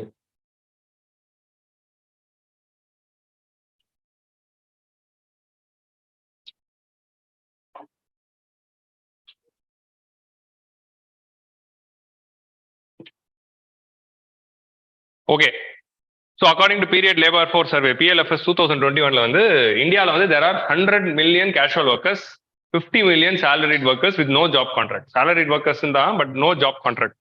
So job contract அப்படின்னா என்ன? ஸோ ஜாப் கான்ட்ராக்ட்னா என்னதுன்னா, you are recruited for this work for this much money you will be given with this many casual leaves, this many formal leaves, this many medical leaves, this many CL அதெல்லாம் சொல்லிட்டு உங்களுக்கு இதெல்லாம் housing rent allowance, travel allowance இதெல்லாம் கொடுத்துட்டு இவ்வளோ PF இவ்வளோ GIF இந்த மாதிரி எல்லாமே கொடுக்கறது தான் ஒரு ஜாப் கான்ட்ராக்ட் அப்படின்னு சொல்றது. ஸோ இந்த job contract that is called formal employment. So இந்த ஜாப் கான்ட்ராக்ட் இல்லைன்னா நீலேருந்து வாப்பா மாச சம்பளம் 10,000 ரூபாய் வாங்கிக்கும், மாச சம்பளம் 20,000 ரூபாய் வாங்கிக்கும் அப்படின்னு சொல்லுவாங்க, வாயில சொல்லிடுறாங்க. ஒரு 4-5 மாசம் வேலை செஞ்ச பிறகு நாளையிலேருந்து வேணாம்ப்பா போ அப்படின்னு அனுப்பிச்சிடலாம். This is called as hire and fire. நினைக்கிற டைம்ல ஹையர் பண்ணி நினைக்கிற டைம்ல ஃபயர் பண்றது. ஸோ இந்தியாவில் வந்து 150 million கேஷுவல் லேபரர்ஸ் இருக்காங்க. So 100 million casual workers and 50 million salaried workers with no job contract. So that is also informal தான். ஸோ இது வந்து almost 30% of the total labour force of the country. So 15 கோடி அப்படிங்கிறது 30% of the total labour force of the country. So 30% of the total labor force of country is not getting any employment benefits அப்படிங்கிறது ஒரு data which you can write in the answers. Public இது வந்து இன் general சொல்றாங்க. இது வந்து public labour force survey, public enterprise survey. அதுல என்னதுன்னா கவர்மெண்டோடைய பிஎஸ்யூல பண்ண சர்வேல see this data. இந்த டேட்டா வந்து you can plot it in the graph form. So 17% இருந்தது 19% ஆகி it has increased to so contractualization in PSUs. So contractualization in PSUs வந்து it has increased from 17 to 19 to 37. 2001ல வந்து 17, 2015ல வந்து 19, now it is in the 37%. So public sector enterprises வந்து they are doing the contract jobs. இதுதான் நம்ம அந்த எடிட்டோரியல்ல அன்னைக்கு discuss பண்ணியிருக்கோம். So இந்த மாதிரி ஏதாவது 4 கிராஃப் அப்பப்போ எக்கனாமிக் ஆன்சர்ல வரைஞ்சா, geography answer should have a map, economic answer if possible you have to draw a graph. அந்த மாதிரி ஒரு logic. It's not mandatory but it will be good if you draw. That is the gimmicks. So cost of the company அப்படின்னா என்னதுன்னா, so how much money the company is spending to manufacture these goods or services. So இந்த மாதிரி கான்ட்ராக்சுவலைசேஷன் பண்றதுனால cost is coming down. எப்படி coming down? Company வந்து PF எடுத்து வைக்க தேவையில்ல, ஜிஎஃப் எடுத்து தேவையில்ல. உங்களுக்கு இந்த கம்பெனி வந்து வாரத்துக்கு 1 நாள் லீவ் கொடுத்துட்டு 6 நாள் வர வைக்கலாம். இல்ல சம்டைம்ஸ் வந்து 30 நாள் வான்னு கூட சொல்லலாம். இப்போ கம்பெனிக்கு வந்து வாரத்துக்கு 2 நாள் லீவ் தராங்க, 5 நாள் வர வச்சுட்டு 2 நாள் லீவ் தராங்க அப்படின்னா அந்த 2 நாள் ஒர்க் நடக்கிறது இல்லைல்ல. ஸோ நீ 7 நாள் வான்னு சொல்லிட்டாங்கன்னா இல்லை 6 நாள் வான்னு சொல்லிட்டாங்கன்னா சாட்டர்டே லீவ் கிடையாது அப்படின்னு சொல்லும்போது 6வது நாளா ஒரு நாள் they are able to get the work. So that is the thing here. So cost to the company is getting reduced because of this contractualization. ஆனா it is increasing the profits, it is also increasing the FDA. FDA எதை பார்த்து வருது? Labour cost கம்மியா இருந்தா அந்த கண்ட்ரிக்கு தான் அதிகமான FDA போகுது. So recent shift of FDA from India to Bangladesh or Philippines or Vietnam அப்படிங்கிறதுக்கு this is one reason அப்படின்னு நம்ம பார்க்குறோம்.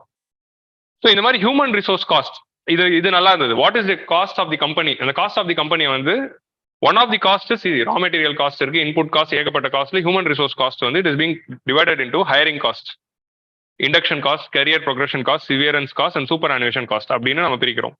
ஒரு ஹியூமன் ரிசோர்ஸ் காஸ்ட்னா என்னதுன்னா எம்ப்ளாயருக்காக அந்த கம்பெனிக்கு வந்து என்னென்ன செலவாகுது, இந்த எம்ப்ளாயர்ஸ் எல்லாம் மெயின்டைன் பண்றதுக்கு ஹெச்ஆருக்கு என்ன செலவு இருக்கு. ஸோ ஃபர்ஸ்ட் காஸ்ட் வந்து ஹையரிங் காஸ்ட். கம்பெனியில் 10 வேகன்சி இருக்கு, அந்த 10 வேகன்சி ஃபில்அப் பண்றதுக்கு ஹையர் பண்றதுக்கு இன்டர்வியூ வைக்கிறாங்களே, that is hiring cost. Okay, ஒரு பிரைவேட் கம்பெனினா அது ரொம்ப கம்மி, ஆனால் அது கவர்மெண்ட் கம்பெனிக்கு தான் அவர் சொல்லியிருப்பாரு. இப்போ கவர்மெண்ட் கம்பெனில ஒரு 30 வேகன்சி வருதுன்னா என்ன பண்ணணும்? டிஎன்பிஎஸ்சிலேருந்து நோட்டிஃபிகேஷன் விட்டு ஒரு 3 லட்சம் பேர் எழுதுவாங்க ப்ரிலிம்ஸ், அதுல இருந்து ஒரு 60,000 பேர் மெயின்ஸ் எழுதுவாங்க. 60,000 பேர் மெயின்ஸ் எழுதிட்டு ஃபைனலா 6,000 சீட்டை ஃபில்அப் பண்ணணும்.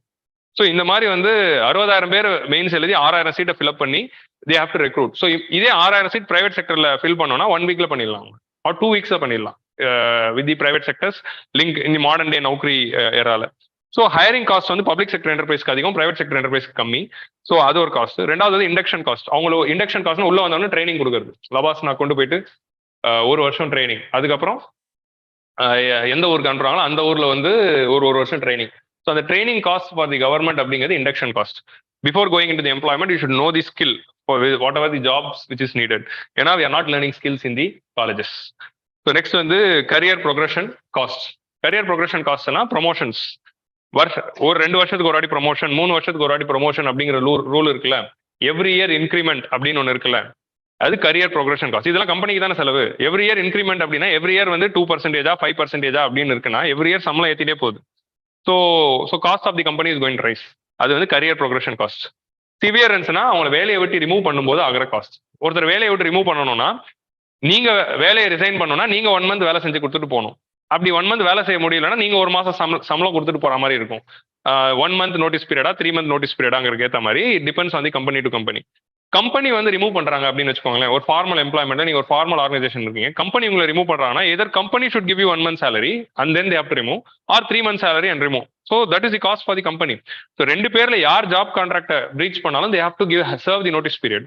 கம்பெனி உங்களை வேலையை விட்டு தூக்கினாலும் 1 month முன்னாடி சொல்லணும், இல்ல 3 months முன்னாடி சொல்லணும், டிபெண்ட்ஸ் ஆன் தி கம்பெனி. இப்போ மோஸ்ட் ஆஃப் தி ஐடி கம்பெனிஸ்ல 1 month தான் வச்சிருக்காங்க. இந்த ரீசென்ட் டைம்ஸ் முன்னாடி 3 months இருந்ததை குறைச்சி இப்போ 1 month ஆக்கிட்டாங்க. நீங்க ரிசைன் பண்ணாலும் 1 month தான், அவங்க வேலையை விட்டு தூக்கினாலும் 1 month தான்.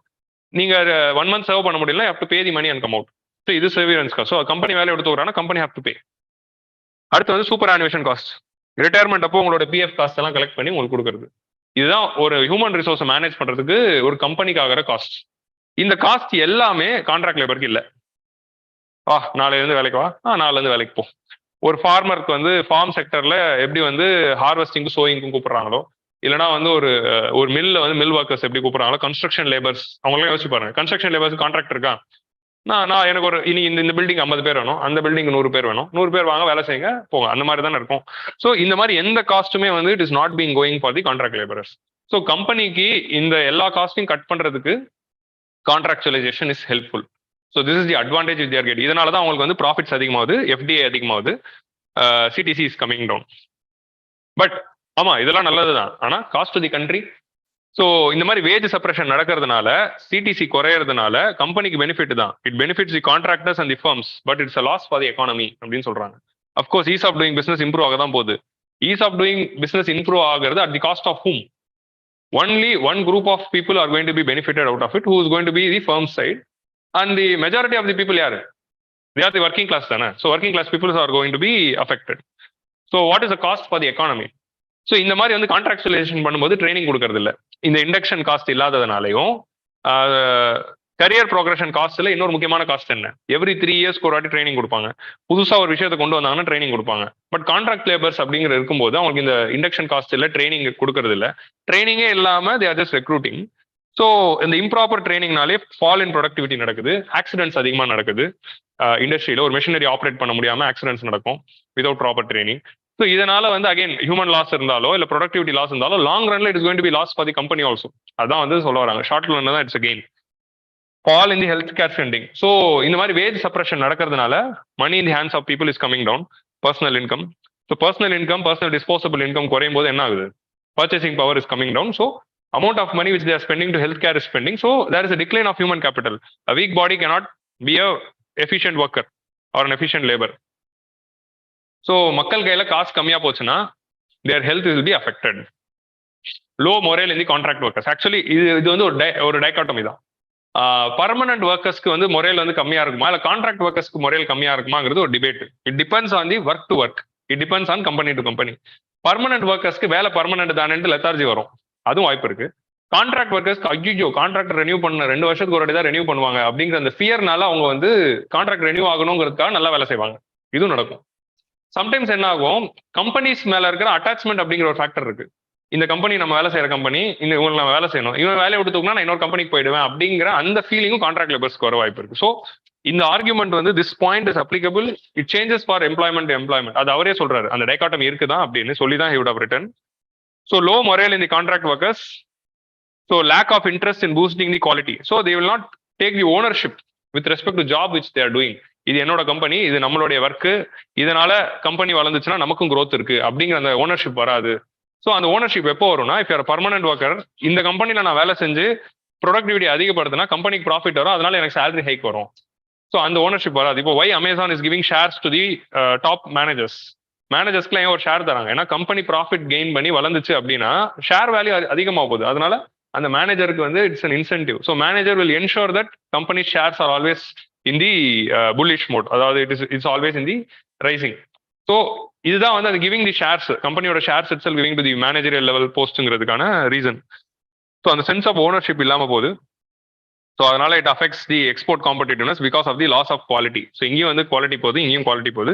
எக்ஸ்போர்ட் காம்படிட்டிவ்னஸ் அஃபெக்ட் ஆகும். Fall in the demand of the country. மக்களுக்கு மேல பணம் போடலன்னா என்ன ஆகும்? எல்லாருக்கும் கம்மி சம்பளம், 20,000 ரூபாய் வாங்க வேண்டிய ஒருத்தர் 10,000 ரூபாய் தான் சம்பளம் வாங்குறாரு அப்படின்னா what will happen? Demand will not be there, consumption will not be there. To then for whom you will be producing goods and services. So overall it will lead to an economic slowdown. So adanala in long run contractualization is going to, it will benefit the companies but not the economy. The argument that permanency of employees breeds insufficiency has its own merit. Adha avarum sollirparu, which should also be dealt with the root cause. Ama ipo permanent employee ku நம்ம தான் permanent ஆச்சே, நமக்கு எதுவும் ஆகாது அப்படிங்கிற mentality வந்து பிரைவேட்ல இருக்கா இல்லையான்னு எனக்கு தெரியல. ஆனால் கவர்மெண்ட்ல 100% இருக்கு. One of the most inefficient enterprise அப்படின்னு பார்த்தா அது கவர்மெண்ட் ஆஃப் இந்தியாவும் கவர்மெண்ட் ஆஃப் ஸ்டேட்ஸும் தான். ஏன்னா வந்து நமக்கு தான் வேலை இருக்கு. நிறைய பேர் வந்து எதுக்கு ஆஃபீஸ் வராங்கன்னே தெரியல. கவர்மெண்ட் எம்ப்ளாயிஸ்லாம் நீங்களே பார்த்துருப்பீங்க, நிறைய கவர்மெண்ட் ஆஃபீஸர்ஸ் நீங்க பர்சனலாக என்கவுண்டர் பண்ணிருப்பீங்க, இவருக்குலாம் எதுக்கு கவர்மெண்ட் சம்பளம் தராங்க அப்படின்னு. ஸோ அந்த மாதிரி வந்து எதுக்கு அவங்களுக்கு வருது? என்ன வேலையை விட்டு தூக்க முடியாது. கான்ஸ்டியூஷன் ஹஸ் ப்ரொடெக்டட் மை ஜாப்ல. Government job is being protected from the constitution, கரெக்டா? So constitution is protecting their job. So அப்படி இருக்கும்போது you cannot remove just like that. Maximum suspend பண்ணுவியா, சஸ்பெண்ட் பண்ணாலும் சம்பளம் வரும்.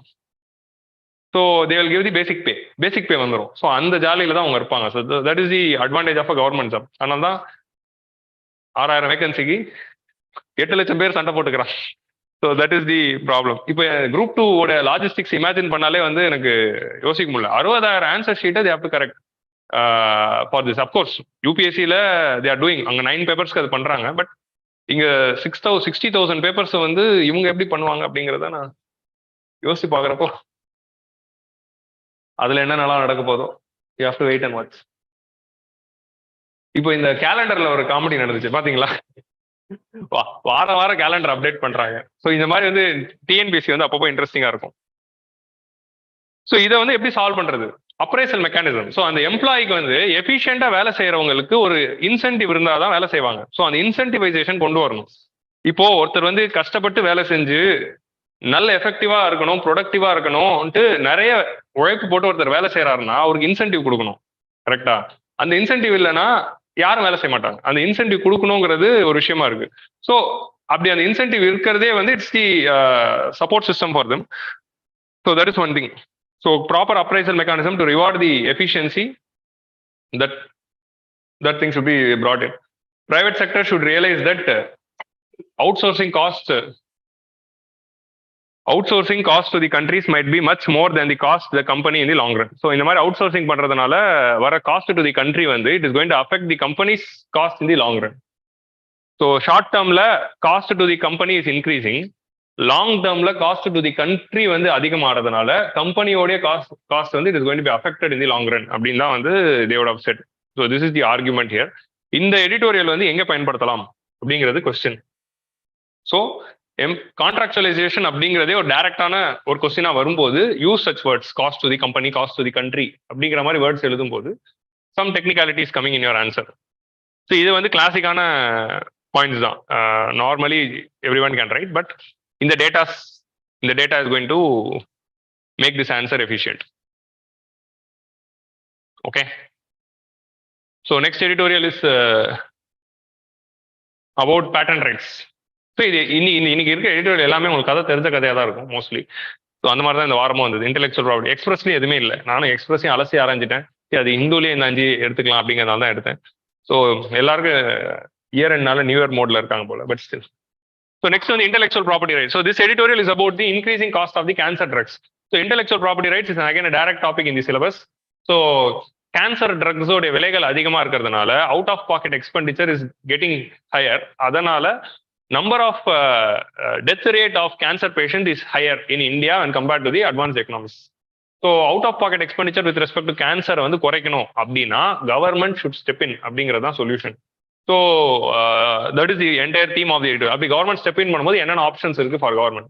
Obviously compulsory licensing. So that is what you are going to discuss here. So இது இந்த data தான் ரொம்ப முக்கியம். ஹெல்த் ரிலேட்டடான ஒரு கொஸ்டினோ ஒரு எஸ்ஏவோ வரும்போது, லைக் ஹெல்த்லாம் வந்து எஸ்ஏல வந்து ஈஸியாக ஓகே ஒரு 2 வருஷமா அதெல்லாம் வரதில்லை. எஸ்ஏ பத்தி சொல்லவே முடியறதில்லை. 2-3 வருஷமா ஜிஎஸ்எஸ்எஃப்ஸே வரது இல்லையா? எல்லாம் வந்து the world is surrounding you, water is entering into and going outside அப்படிங்கிற மாதிரி தான் they are asking the. உண்மையா அப்படி கூட வரலாம். Water comes in and goes out, but lives will not go. எழுதுங்க எஸ்ஏ. உண்மையா இப்படிதான் வரப்போகுது. So cancer cost is increasing. So 40% of the cancer hospitalization expenditure is out of pocket expenditure. So 40% வந்து out of pocket expenditure தான் people are spending. So அதுக்கு என்ன பண்றாங்க? They are borrowing, sale of assets, contract. அவங்களோட research எடுத்து சொல்றாரு. The author would have done a research with respect to cancer patients health expenditure. அவங்களோட ரிசர்ச்சோட அவுட்கம்ஸ் தான் இது. நம்ம அந்த ரிசர்ச் நேம்ஸ் எல்லாம் மென்ஷன் பண்ண வேணா, ஜென்ரல் டேட்டாவா அப்படி எழுதிடலாம். 40% of the cancer cost is out of pocket expenditure. அப்படி அவுட் ஆஃப் பாக்கெட் பண்றவங்க எல்லாருமே எப்படி இது காசு திரட்டினீங்க அப்படின்னு கேட்கும்போது, கடன் வாங்கியிருக்காங்க, இல்ல they are selling some of their lands or properties or assets or gold and contributions from friends and relatives. அவங்க கிட்ட கடன் வாங்குறதோ or ஹெல்த் கேட்டு வாங்கி தான் வந்து they are doing அப்படிங்கிறதா வந்து situation. So this is the problematic part of it, which is bringing down a person from one economic level to another economic level. So ஈஸியா வந்து ஒரு upper middle class lower middle class ஆக்கிடும், lower middle class poor ஆக்கிடும், புவரை வந்து chronically poor ஆக்கிடலாம். So that is the situation. நம்ம இந்த நெட் பார்த்தோம்னா சோஷியல் செக்யூரிட்டி நெட் ஃபர்ஸ்ட்ல இருந்து செகண்ட் ஞாபகம் இருக்கா? நெட்டில் வந்து ஜம்பிங், அந்த நெட்டு ஞாபகம் வச்சுக்கோங்க. ஸோ பிரைவேட் செக்டர்ல வந்து it is 3 times costlier than the government cancer treatment. So இது வந்து with respect to private sector. So privatisation of health and education is root cause for many problem. இப்போ நீங்க யூஎஸ்க்கு எடுத்துன்னு போனீங்கன்னு வைங்களேன், அங்க வந்து most of the universities are publicly funded. ஸ்கூல்ல இருந்து காலேஜ் வரைக்கும் everything is publicly funded தான். நான் யூஎஸ் பத்தி தான் பேசுறேன், யுனைடெட் ஸ்டேட்ஸ் பத்தி பேசுறேன். இட் இஸ் பப்ளிக்லி ஃபண்டட் தான் university. Education is it's still in the government's control தான். ஸோ நம்ம ஊர்ல வந்து education is in the private control. Majority of the people, not majority, most of the people are opting for the private sector education. And ஹெல்த்துக்கு அதான் பிரச்சனை. So பிரைவேட்ல வந்து if you want treatment it is 3x costly. சரி, அதுக்குன்னு கவர்மெண்ட்ல போனா கவர்மெண்ட்ல lack of infrastructure. That is the problem here. So lack of இன்ஃப்ராஸ்ட்ரக்சர்னால it is 3x costly. So 1.4 million patients வந்து இந்தியாவில் வந்து every year they are being affected by cancer. 1.4 million. So அப்படி இருக்கும்போது இந்தியா வந்து ஷுட் அட்ரஸ் திஸ் இஷ்யூ. ஏன்னா இந்தியாவுடைய அந்த சுச்சுவேஷனை they are showing with respect to privatization. So survival rates. இந்தியாவுடைய survival rate with respect to breast cancer. இவங்க எடுத்திருக்க எக்ஸாம்பிள் வந்து breast cancer. யூஎஸ்ல வந்து survival rate of breast cancer is 90%. இந்தியாவில் survival rate 65%. Why? Because of financial reasons தான். பணம் இல்லாதனால ட்ரீட்மெண்ட் பண்ண முடியல. So that is the problem. அப்படி இல்லைன்னா ஏர்லி ஸ்கிரீனிங் இல்லை. ஸோ ஏர்லி ஸ்கிரீனிங் பண்ணணும், 40 ஏஜ்க்கு அப்புறம் ஒரு ஸ்கிரீனிங் பண்ணணும் அப்படிங்கிற அவேர்னஸ் இல்லை. ஸோ இந்த மாதிரி அவேர்னஸ் ஆல் தீஸ் திங்ஸ்ல government is missing. So that is the problem. So இந்த சர்வைவல் ரேட் வந்து இந்தியாவுக்கும் யூஎஸ்க்கும் கம்பேர் பண்ணுவாங்க. Like of course they would have shown survival rate of South Africa which was 45. அந்த சவுத் ஆஃப்ரிக்கா டேட்டா நான் எடுக்கல. India US கம்பேரிசனே நமக்கு போதும் நம்ம ஆன்சர் ரேட்டிங்கு. Due to the huge cost of drugs, on an average வந்து they would have compare 10 years of age cost தான். ஒரு நார்மல் இந்தியனுடைய 10 வருஷம் சம்பளம் என்னவோ அதுதான் வந்து ஒரு கேன்சர் ட்ரீட்மெண்ட்டுக்காக தான். Compared to USA, which is just 1.1 or something, 1.1. So this is the 3 important drugs which is used for the cancer treatment. Ribociclib, palbociclib. So ஏதோ ஒன்று blib. இந்த 3 இதையும் ஞாபகம் வச்சுக்கோங்க. ப்ரிலிம்ஸ்ல இது 3 பிளிப்பும் போட்டுட்டு இஸ் ரிலேட்டட் டு வாட் கேட்கலாம். ஏன்னா this is one favorite area. Chemical name related to what? 3 like last year also we had 21 வந்து 22 இருக்கு bisphenol A and all these things. So இந்த 3மே வந்து இது வந்து நோவார்டிஸ்ட், இவங்க வந்து ஃபைசர், இவங்க வந்து லில்லி அப்படிங்கிற 3 கம்பெனியோடைய கேன்சர் ட்ரக்ஸ். ஆல்மோஸ்ட் இது வந்து மாச செலவே வந்து 48,000 to 95,000 every month. Cancer patient treatment undergo பண்ணும்போது 48,000லேருந்து 90,000 மாத்திரைக்கு மட்டும் செலவு பண்றாங்க, ஒன்லி ஃபார் மெடிசன். ஸோ இதுக்கப்புறம் உங்களுக்கு கீமோதெரப்பி, ரேடியோதெரப்பி, அந்த மாதிரியான அதர் ஹாஸ்பிட்டல் ரிலேட்டட் எக்ஸ்பெண்டிச்சர்ஸ்லாம் இருக்கு. மருந்து வாங்குறதுக்கு மட்டும் 40,000 90,000 எப்படி வந்து கேன்சர் ட்ரீட்மெண்ட் அஃபோர்ட் பண்ண முடியும்? That is the problem with respect to cancer year. So இதுக்காக தான் வந்து government should step in. So private companies ஏன் வந்து, ஸோ இது எல்லாமே வந்து பிரைவேட் ட்ரக்ஸ். ஸோ இது வந்து நோவார்டிஸ், இது வந்து ஃபைசர், அது வந்து வில்லி லில்லி அப்படின்னு ஏதோ ஒரு கம்பெனி. ஸோ இந்த கம்பெனிலாம் ஏன் அவ்வளோ வைக்கிறாங்க அப்படின்னா, what is their argument? We are spending money for huge research. நாங்கள் ஹியூஜ் ரிசர்ச் பண்ணி ஹியூஜ் இன்வெஸ்ட்மெண்ட்ஸ் பண்ணி பல வருஷம் ரிசர்ச்க்கு அப்புறமா தான் இந்த ட்ரக்கை கண்டுபிடிக்கிறோம். இந்த ட்ரக்கை கண்டுபிடிச்சி மார்க்கெட்ல விற்கும் போது only if you are keeping this much money we can take back the profit.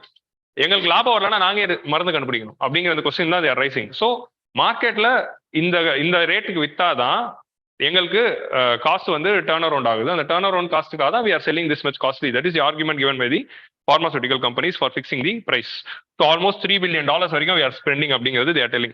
But WHO report என்ன சொல்றாங்க அப்படின்னா, profiteering is the motive than the R&D cost. இவங்க R&D பண்ணதை திரும்ப எடுக்கிறதுக்காக தான் இந்த ரேட் ஃபிக்ஸ் பண்றாங்களா, இல்ல ப்ராஃபிட்டேரிங் தான் அவங்களோட மோட்டிவான்னு பார்த்தா ப்ராஃபிட்டேரிங் தான் மோட்டிவா இருக்கு. ஏன்னா R&D காஸ்ட் அப்படிங்கிறது வந்து in long run it is not going to change for each and every drug. So it is some fixed cost. So அப்படி இருக்கும்போது profiteering is the main reason WTO சொல்லுது. இது போதும் நமக்கு ஆன்சர் ரேட்டிங், இதுக்கு மேல வேணாம். ஸோ இதுக்கு மேல வந்து இட் செல்ஃப் அண்டர்ஸ்டுட் தான். ஸோ இந்த இஷ்யூக்கு என்ன சால்வ் பண்ணலாம்? Government do the funding for medical research. That is the thing. So government வந்து முன்னெடுத்து வந்து மெடிக்கல் ரிசர்ச்சுக்கு ஃபண்டிங் பண்ணாங்கன்னா there is no necessity for the private sector to tell the cost. உங்களுக்கு புரியுதா? இந்த மாதிரி எங்கெங்க ஏரியால government research should be there அப்படிங்கிறதுல ஒரு ஏரியாஸ் இருக்குல்ல, இந்த மாதிரி ஏரியாஸ்ல பப்ளிக் ஃபண்டிங் should come. ஸோ அங்க பப்ளிக் ஃபண்டிங் வரும்போது automatically there is no scope for a private company to fix cost. Government இந்த R&D காஸ்ட்லாம் பாத்துக்குது அப்படின்னா private company has to sell in the cheaper rates. So that is thing. Or patent லாஸ்ல கை வைக்கணும். இதுதான் ரெண்டாவது ஆப்ஷன். ஃபர்ஸ்ட் வந்து கவர்மெண்ட் ஃபண்டிங், ரெண்டாவது வந்து பேட்டன்ட் ரைட்ஸ் கொடுக்காம ஓடணும். That is the only 2 options is available for us. Intellectual property rights. So ஒரு ட்ரக்கை ரெடி பண்ணிட்டு 20 years வந்து they are having the exclusive patent. 20 years patent இருக்கும்போது என்ன ஆகுது, that person who's holding the patent is having the exclusive rights to manufacture and produce. அவங்களால manufacture பண்ண முடியலன்னா that person can give a license to a third party and ask them to produce. அப்படி licence ஒரு third party எடுத்து பண்றாங்கன்னா they have to share the revenue and royalty. இதுதான் வந்து கணக்கு. அந்த 20 இயர்ஸ்க்கு அவங்க கிட்ட தான் அந்த ரைட்ஸ் இருக்கு. only at the end of the 20th year that drug will be a public drug.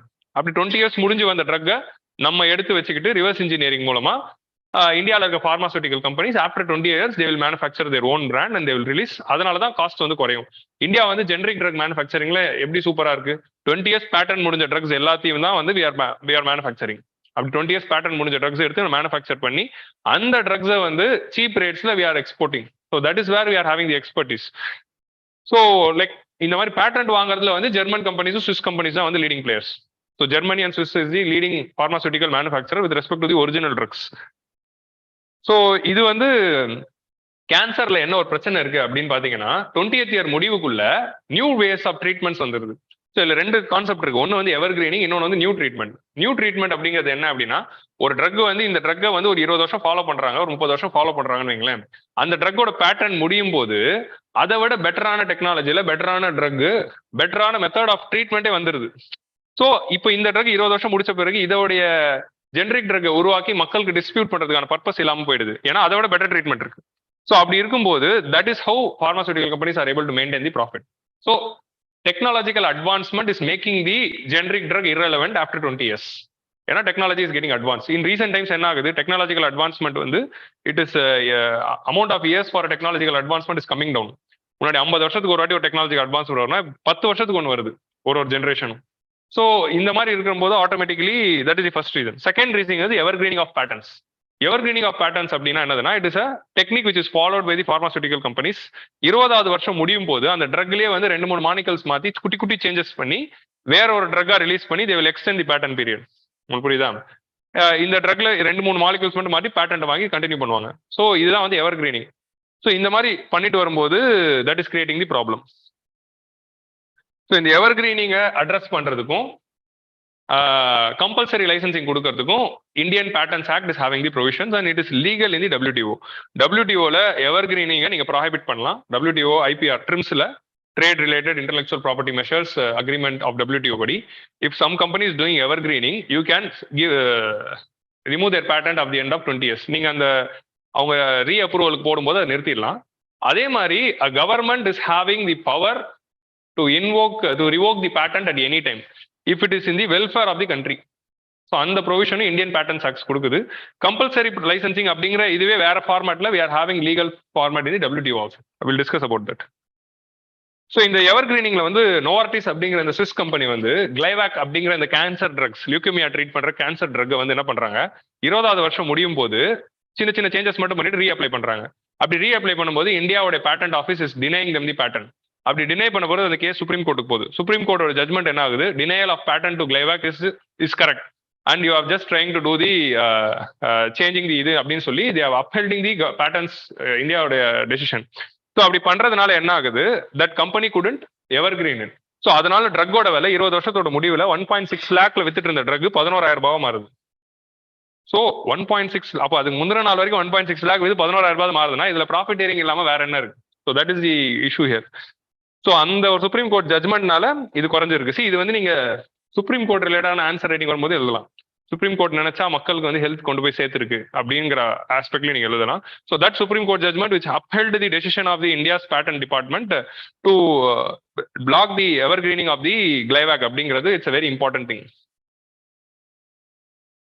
So நம்மளுடைய பேட்டன்ஸ் ஆக்ட்லயும் we are having the provision. So எவர் கிரீனிங்க்கு எக்ஸாம்பிள் வந்து Glivec. So right to life under article 21. Right to quality health treatment is the most precious human right which forms the arc of all other rights. Article 21 வந்து it is the arc of all the other rights அப்படின்னு சொல்லுவாங்க. எல்லா ரைட்ஸுக்கும் ஒரு கோருங்கிறது article 21 தான். So அதை note பண்ணிக்கோங்க, arc of all other rights அப்படிங்கிறது. நம்மளோட பேட்டன்ட் ஆக்ட்ஸ்ல வந்து கம்பல்சரி லைசன்சிங் அப்படிங்கிற ஒரு ப்ரொவிஷன் இருக்கு which is legal in WTO trims. So compulsory licensing அப்படின்னா என்ன? So we are having a patent holder. இந்த patent holder வந்து either they should manufacture or this patent holder can give license to some other persons and ask them to manufacture and bring that product to the market. கரெக்டா? இவரே வந்து டைரக்டா வந்து manufacturing பண்ணி மார்க்கெட்டுக்கு வரலாம். அப்படி இல்லைன்னா this patent holder can give a licence to another company and அது மூலமா மேனுஃபேக்சரிங் பண்ணி the drug can be brought to the market. இதுதான் ரெண்டு ஆப்ஷன்ஸ். ஸோ அப்படி இருக்கும்போது மார்க்கெட்ல the drug will be available. So licence கொடுக்குறப்போ they will be getting the royalty. இவங்களே மேனுஃபேக்சர் பண்ணா they can do. This is how the normal method it goes. So what is compulsory licensing? There are 3 clauses. அதாவது section 84 and 92 of the patents act படியும் TRIMS அக்ரிமெண்ட்லையும் they have given certain conditions. என்னென்ன conditions அப்படின்னா, after patent வாங்கி 3 வருஷம் வரைக்கும் time தராங்க. Patent வாங்கி இது ப்ரிலிம்ஸ் பாயிண்ட் ஆஃப் வியூல ரொம்ப முக்கியம். தேர் கிவிங் 3 years டைம். 3 இயர்ஸுக்குள்ள அந்த ட்ரக் வந்து மார்க்கெட்ல போதுமான சப்ளை இல்லை அப்படிங்கிறதுனாலையும் ஒரு ஹெல்த் எமர்ஜென்சி சுச்சுவேஷன் வரதுனாலையும் ட்ரக்கோடைய அஃபோர்டபிலிட்டி ரொம்ப கஷ்டமா இருக்கு அப்படிங்கிற மாதிரி சுச்சுவேஷன்ஸ் இருந்ததுன்னா government can invoke compulsory licensing அப்படின்னு சொல்றாங்க. So what are the 3 condition? After the 3 years reasonable, அதாவது அமௌண்ட் ஆஃப் சப்ளை அந்த பப்ளிக் இருக்க ரிக்வயர்மெண்ட்ஸ்க்கு ஏற்ற மாதிரி இவங்க மேனுஃபேக்சர் பண்ணல. மக்களுக்கு வந்து 1 லட்சம் ட்ரக் தேவை, பட் இவங்க 10,000 தான் பண்றாங்க அப்படின்னா the supply is very less. So this is one condition. The patented invention is not available to public at affordable price. மக்களால வாங்கக்கூடிய அஃபோர்டபுள் பிரைஸ்ல இல்லைனாலும் note on the second point, ரொம்ப முக்கியமான பாயிண்ட் அதுதான். இதெல்லாம் நம்ம படிக்கணும் government. The patented invention has not worked in the territory of India. இப்போ ஒரு ஜெர்மன் பேஸ்டு கம்பெனி அந்த ட்ரக்கை வந்து யூரோப்ல மட்டும் தான் வித்துட்டு இருக்காங்க. இன்னும் வந்து ஆப்பிரிக்கால கொண்டு வரல, மார்க்கெட்டுக்கே கொண்டு வரல, ஏஷியன் மார்க்கெட்டுக்கே கொண்டு வரல. நம்ம மார்க்கெட்டுக்கே அந்த ட்ரக் வரலன்னா நம்ம என்ன பண்றது? ஸோ இந்த மாதிரி ஒரு கண்டிஷன் இருந்தாலோ or any other emergency condition, national emergency or extreme emergency or in public non commercial use, இந்த மாதிரி ஒரு எமர்ஜென்சி கண்டிஷன்ஸ்ல what government can do? Government can invoke the compulsory licensing. Government என்ன பண்ணலாம்? ஒரு ஃபார்மா கம்பெனியை கூப்பிட்டு அவங்களுக்கு லைசன்ஸ் கொடுத்து நீ மேனுஃபேக்சர் பண்ணு அப்படின்னு சொல்லலாம். மேனுஃபேக்சர் பண்ணி இந்த பார்மாசூட்டிக்கல் கம்பெனி அதை வந்து நாட் ஃபார் ப்ராஃபிட்ல வித்தாங்க அப்படின்னா ராயல்டி கொடுக்கணும்னு அவசியம் இல்லை. ஃபார் ப்ராஃபிட்ல பண்றாங்க அப்படின்னா தே have to share the royalty with the patent holder. உங்களுக்கு புரிஞ்சுச்சா? ஸோ இப்போ வந்து ஒரு கவர்மெண்ட் வந்து கம்பல்சரி லைசன்சிங் கொடுத்து ஒரு பிரைவேட் கம்பெனி அந்த ட்ரக் வந்து they R manufacturing and they are selling அப்படின்னா this pharmaceutical company after paying the royalty to the patent holder and they can manufacture and sell, அவ்வளவுதான். Still they can manufacture and sell, அவ்வளவுதான். ஆனா royalty கொடுத்து தான் ஆகணும், even in the compulsory licensing clause. அதனால compulsory licensing doesn't mean that government வந்து அந்த company வந்து they won't give any royalty நினைச்சுக்காதீங்க. They will give royalty. Royalty கொடுத்துட்டு they can manufacture anyone. So அப்படிங்கிற அந்த ப்ரொவிஷன் தான் இருக்கு. ஸோ அதனால this company can do, but not for profit purposeனா அந்த ராயல்டி கிளாஸ்ல வந்து they can remove. ஃப்ரீயா தான் கவர்மெண்ட் கொடுக்குது அப்படின்னா. So this is the provision which is there. So அதே மாதிரி வந்து we are having another provision. See, section 84-92ல கம்பல்சரி லைசன்சிங் இருக்கு. செக்ஷன் 100 வந்து ஆஃப் தி பேட்டன்ஸ் ஆக்ட்ல ஒரு விஷயமா இருக்கு. இந்த விஷயத்தை வந்து government is not at all using அப்படிங்கிறது தான் நம்ம ஆத்தர் சொல்றாரு. which empowers it to authorize any entity to use the patented invention for the purpose of government. Government அவங்களுடைய பர்பஸ்க்கு எனி பேட்டன்ட்டை பிரீச் பண்ணிக்கலாம். if government thinks they can breach any patent without the authorization of patent holder. Compulsory licensing பண்ணும்போது with or without authorisation they can do. ஆனா section 100 invoke பண்ணா without authorisation அந்த patent holder கிட்ட சொல்லணும்னு கூட அவசியம் இல்லை, நம்ம அந்த ப்ராடக்ட் எடுத்து செய்யலாம்.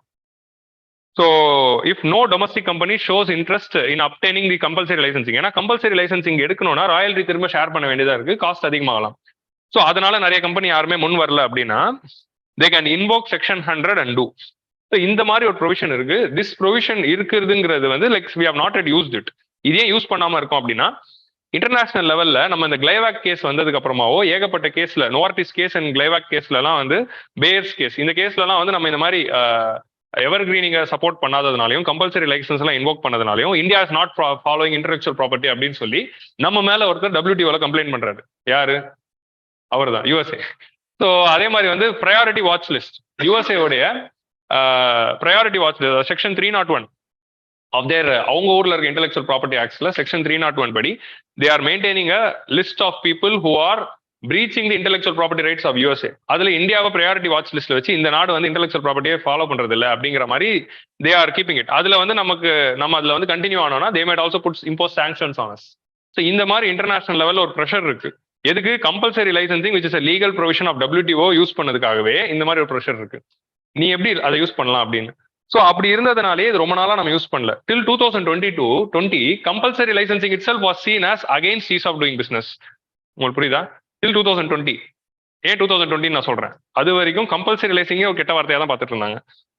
அப்போ செக்ஷன் 100 எல்லாம் யோசிச்சு பாருங்க. கம்பல்சரி லைசன்சிங்ல ராயல்ட்டியோட இருக்கும்போதே அது பாக்குறாங்கன்னா செக்ஷன் 100லாம் வந்து இவர் வந்து டிக்டேட்டர் அப்படின்னு சொல்லி பிராண்ட் பண்ணிடுவாங்க. இது வந்து ஒரு மோசமான நார்த் கொரியா மாதிரியான நாடு அப்படின்னு பிராண்ட் பண்ணிடுவாங்க. பட் நேஷனல் இன்ட்ரெஸ்ட் அப்படின்னு வரும்போது வி கேன் இன்வோக், ஏன்னா நம்ம ஒரு patent act it's legal, we can use it அப்படிங்கிறதா சொல்றாரு. 10வது யூஸ் பண்ணுங்க. ஏன் அப்படின்னா 2020ல வந்து நம்ம என்ன பண்றோம், பேண்டமிக் வரும்போது when COVID-19 vaccines and COVID-19 treatments are coming to the market, when it is not reaching to the people, India and South Africa, they are filing a case in WTO and asking the WTO to give a waiver for all the patent rights with respect to Covid related treatments. Covid treatment R vaccines R medications இது எல்லாத்துக்கும் patent waiver கொடுங்க. So that anyone can manufacture and anyone can use, because it is a global health emergency. இப்போ வந்து நம்ம vaccine பண்றவருக்கு patent royalty கொடுத்துட்டு இருக்க முடியாது, it's an emergency அப்படிங்கிறத நம்ம கேட்டோம். ஸோ அந்த கேஸ் வந்து 2022 தான் WTO முடிவு பண்றாங்க. எப்போ பேண்டமிக் முடிஞ்ச பிறகு they are deciding. என்ன டிசைட் பண்றாங்க, வெய்வர்லாம் கொடுக்க மாட்டாங்க, we will give compulsory licensing. இப்போதான் அவங்க அதுக்கு வராங்க. வேணும்னா நீங்கள் கம்பல்சரி லைசன்சிங் ப்ரொவிஷன்ஸை பயன்படுத்தி இந்தியாவில் இருக்க ஒரு கம்பெனிக்கு நீங்க லைசன்ஸ் கொடுத்தோ, இல்லை உங்க ஊர்ல கெப்பாசிட்டி மேனுஃபேக்சரிங் கெப்பாசிட்டி இருந்தால் லைசன்சிங் கொடுத்தோ மேனுஃபேக்சர் பண்ணி எங்களுக்கு ராயல்ட்டியும் கொடுத்துட்டு நீங்க பண்ணிக்கோங்க அப்படிங்கிற மாதிரி கம்பல்சரி லைசன்சிங் இப்போதான் நார்மலைஸ் பண்ணிருக்காங்க ஆஃப்டர் திஸ் பேண்டமிக். ஸோ இப்போ WTOலே கம்பல்சரி லைசன்சிங் நார்மலைஸ் பண்ணிட்டாங்க அப்படிங்கிறதுனால now it is being okay அப்படிங்கிறதுனால இப்போ அதை யூஸ் பண்ண ஆரம்பிங்க ஃபார் கேன்சர் ட்ரக்ஸ் அப்படிங்கிறதா வே ஃபார்வர்ட்ல is writing. That's the thing here. So India வந்து 67th எடிஷன்ல இந்த ஜட்மெண்ட் வரும்போது நம்ம டிஸ்கஸ் பண்ணோம். 67th எடிஷன்ல when WTO gave this judgment that compulsory licensing February or March டைம்னு நினைக்கிறேன், some 8 months back, compulsory licensing வந்து கொடுக்கலாம். How European union and USA they diluted this demand of India and South Korea அப்படிங்கிறத we would have discussed and they made the compulsory licensing normal. இதுவே நம்ம 2012ல பண்ணதுனால நம்ம priority watch லிஸ்ட்ல வச்சிருக்காங்க. So that is the issue here. So go and see the 67th edition and link with that. So இந்த compulsory licensing வந்து எல்லாருக்கும் தெரிஞ்ச விஷயம் தான். பட் ஒரு விஷயம் என்ன நோட் பண்ணணும்னா இந்த விஷயங்கள் தான். செக்ஷன் 84 and 92 அண்ட் செக்ஷன் 100ல ஒன்று இருக்கு அப்படிங்கிறத we have to remember. Okay, and these data ரொம்ப முக்கியம். 40% and 3x costlier, 1.4 million patients. So இந்த டேட்டா வந்து necessitates the compulsory licensing provisions in India for all these cancer drugs like these things. The blips. So last editorial is about CBD. இன்னைக்கு வந்து explainer CBD discuss பண்ணிட்டு will wind up. So convention on biological diversity எப்போ வந்தது? Rio சப்மிட்ல 1992ல 3 convention வருது. Convention for combating climate change, convention for biological diversity, convention to combat the desertification அப்படின்னு 3 important conventions வருது. So இதுல ஒரு முக்கியமான பாயிண்ட் இவர் சொல்லியிருப்பாரு. இந்த 3 கன்வென்ஷன்ஸும் வந்து இது actually I taken from text context. Okay, இதுல ஒரு பாயிண்ட் என்ன சொல்லியிருப்பாங்க அப்படின்னா, all these 3 conventions were seen as 3 different things. இது 3 வேற, அதனால 3 வேற கன்வென்ஷன்ஸ், இதுக்கு 3 வேற COPs, 3 வேற நெகோசியேஷன்ஸ், 3 வேற அக்ரிமெண்ட் அப்படின்னு தான் 90sல இந்த மைண்ட் செட் இருந்தது. But if you take the contemporary times, all the 3 are linked with each other. நம்ம யூனியன் ஆஃப் ட்ரினிட்டி அப்படின்னு அம்பேத்கர் சொல்லுவார்ல, liberty equality fraternity. If you remove equality, liberty and fraternity will go. If you leave fraternity, liberty and equality will go. 3த்தையும் வச்சு union of trinity அப்படின்னு ஒரு excellent concept சொல்லியிருப்பாரு. So அந்த மாதிரி இதுவும் ஒரு யூனியன் ஆஃப் ட்ரினிட்டி அப்படின்னு அவர் சொல்லல, நான் சொல்றேன். Climate change, you are having 3 things. என்னதுன்னா, ஒன்னு வந்து கிளைமேட் சேஞ்ச், இன்னொன்று வந்து பயாலஜிக்கல் டைவர்சிட்டி, இன்னொன்று வந்து லேண்ட் டிகிரடேஷன். அதாவது கன்வென்ஷன் ஃபார் காம்பேட் டெசர்டிஃபிகேஷன் அப்படிங்கிறது எதுக்கு? லேண்ட் டிகிரடேஷனை ப்ரிவென்ட் பண்றதுக்காக தான் அந்த கன்வென்ஷன் டு காம்பேட் டெசர்டிஃபிகேஷன். இது 3மே வந்து யூனியன் ஆஃப் ட்ரினிட்டி தான். ஏன்னா climate change is leading to biodiversity loss, climate change is also leading to land degradation, land degradation and biodiversity loss is also causing the climate change, biodiversity loss is also leading to land degradation. So land degradation is also affecting the biodiversity loss. இப்போ வந்து ஒரு forest வந்து நீங்க deforestation பண்ணி ஃபாரஸ்ட்டை destroy பண்றீங்கன்னா biodiversity will be affected. So இது 3மே interlinked தான். So இது 3மே வந்து வேற கன்வென்ஷன் வச்சு பார்க்காம இது 3த்தையும் இன்டகிரேட்டடாவே பாருங்க அப்படிங்கிற மாதிரி ஒரு பாயிண்ட் எழுதியிருப்பாரு. ஸோ இது ஒரு வே ஃபார்வர்ட் பாயிண்ட் தான். பட் ஸ்டார்டிங்ல I'm just telling you to give a perspective regarding it. So இதுல வந்து few weeks back we discussed 95th edition, 95th or 97th, we discussed about COP 27 of Shamil Sheikh உடைய COP 27 summit of UNFCCC வந்து we discussed. So 2 years back India 2019ல we had the Indiaலே வந்து there was a COP for to combat desertification. இப்போ வந்து COP 15 of convention on biological diversity, அதுதான் வந்து now we are going to see. Okay, so what is this convention on biological diversity, CBD? So convention on biological diversity வந்து 1993 வந்து it came into force. இதுல வந்து 197 signatories, 196 countries ratified. Okay, ஒரு country ratify பண்ணல. அவர் யார்? அவர் யார்? USA. எவ்வளவு பெரிய திமிரு பாத்தீங்களா உங்களுக்கு? இதுக்கு பேர் தான் ஹெஜிமோனி அப்படிங்கிறது. 197 கண்ட்ரீஸ்ல 196 கண்ட்ரீஸ் ஹவ் ராட்டிஃபைட். இவங்க ராட்டிஃபை பண்ணல. But they will participate in the conventions. They will be the major player with respect to negotiations. இது பண்ணாத அது பண்ணாதன்னு சொல்லுவாங்க, இதை டைல்யூட் பண்ணுவாங்க, ஃபாசில் ஃபியூல் அதை குறைன்னுவாங்க, இதை குறைன்னுவாங்க. ஃபண்டிங் வந்து 100 பில்லியன்ஸ்னா அது 20 பில்லியன் தான் கொடுக்க முடியும்வாங்க. இது எல்லாத்தையும் முடிச்சு போயிடுவாங்க. This is called as hegemony, US hegemony அப்படிங்கிறது. They are not part of the convention on biological diversity. இதை தாண்டி இந்த மிச்சம் இருக்க 3 வேட்டிகன் சிட்டி, பாலஸ்தீன், அவங்களாம் மெம்பர் இல்லை. பட் அவங்களால மன்னிச்சு விட்டுறலாம். அவங்களாம் வந்து they are not considered to be the state. But see this hegemony of USA, they are not part of the CBD. So அதனால நம்ம வந்து சிபிடி யார் சைன் பண்ணலங்கிறது ஈஸியாக ஞாபகம் வச்சுக்கலாம், ஒருத்தர் தான்.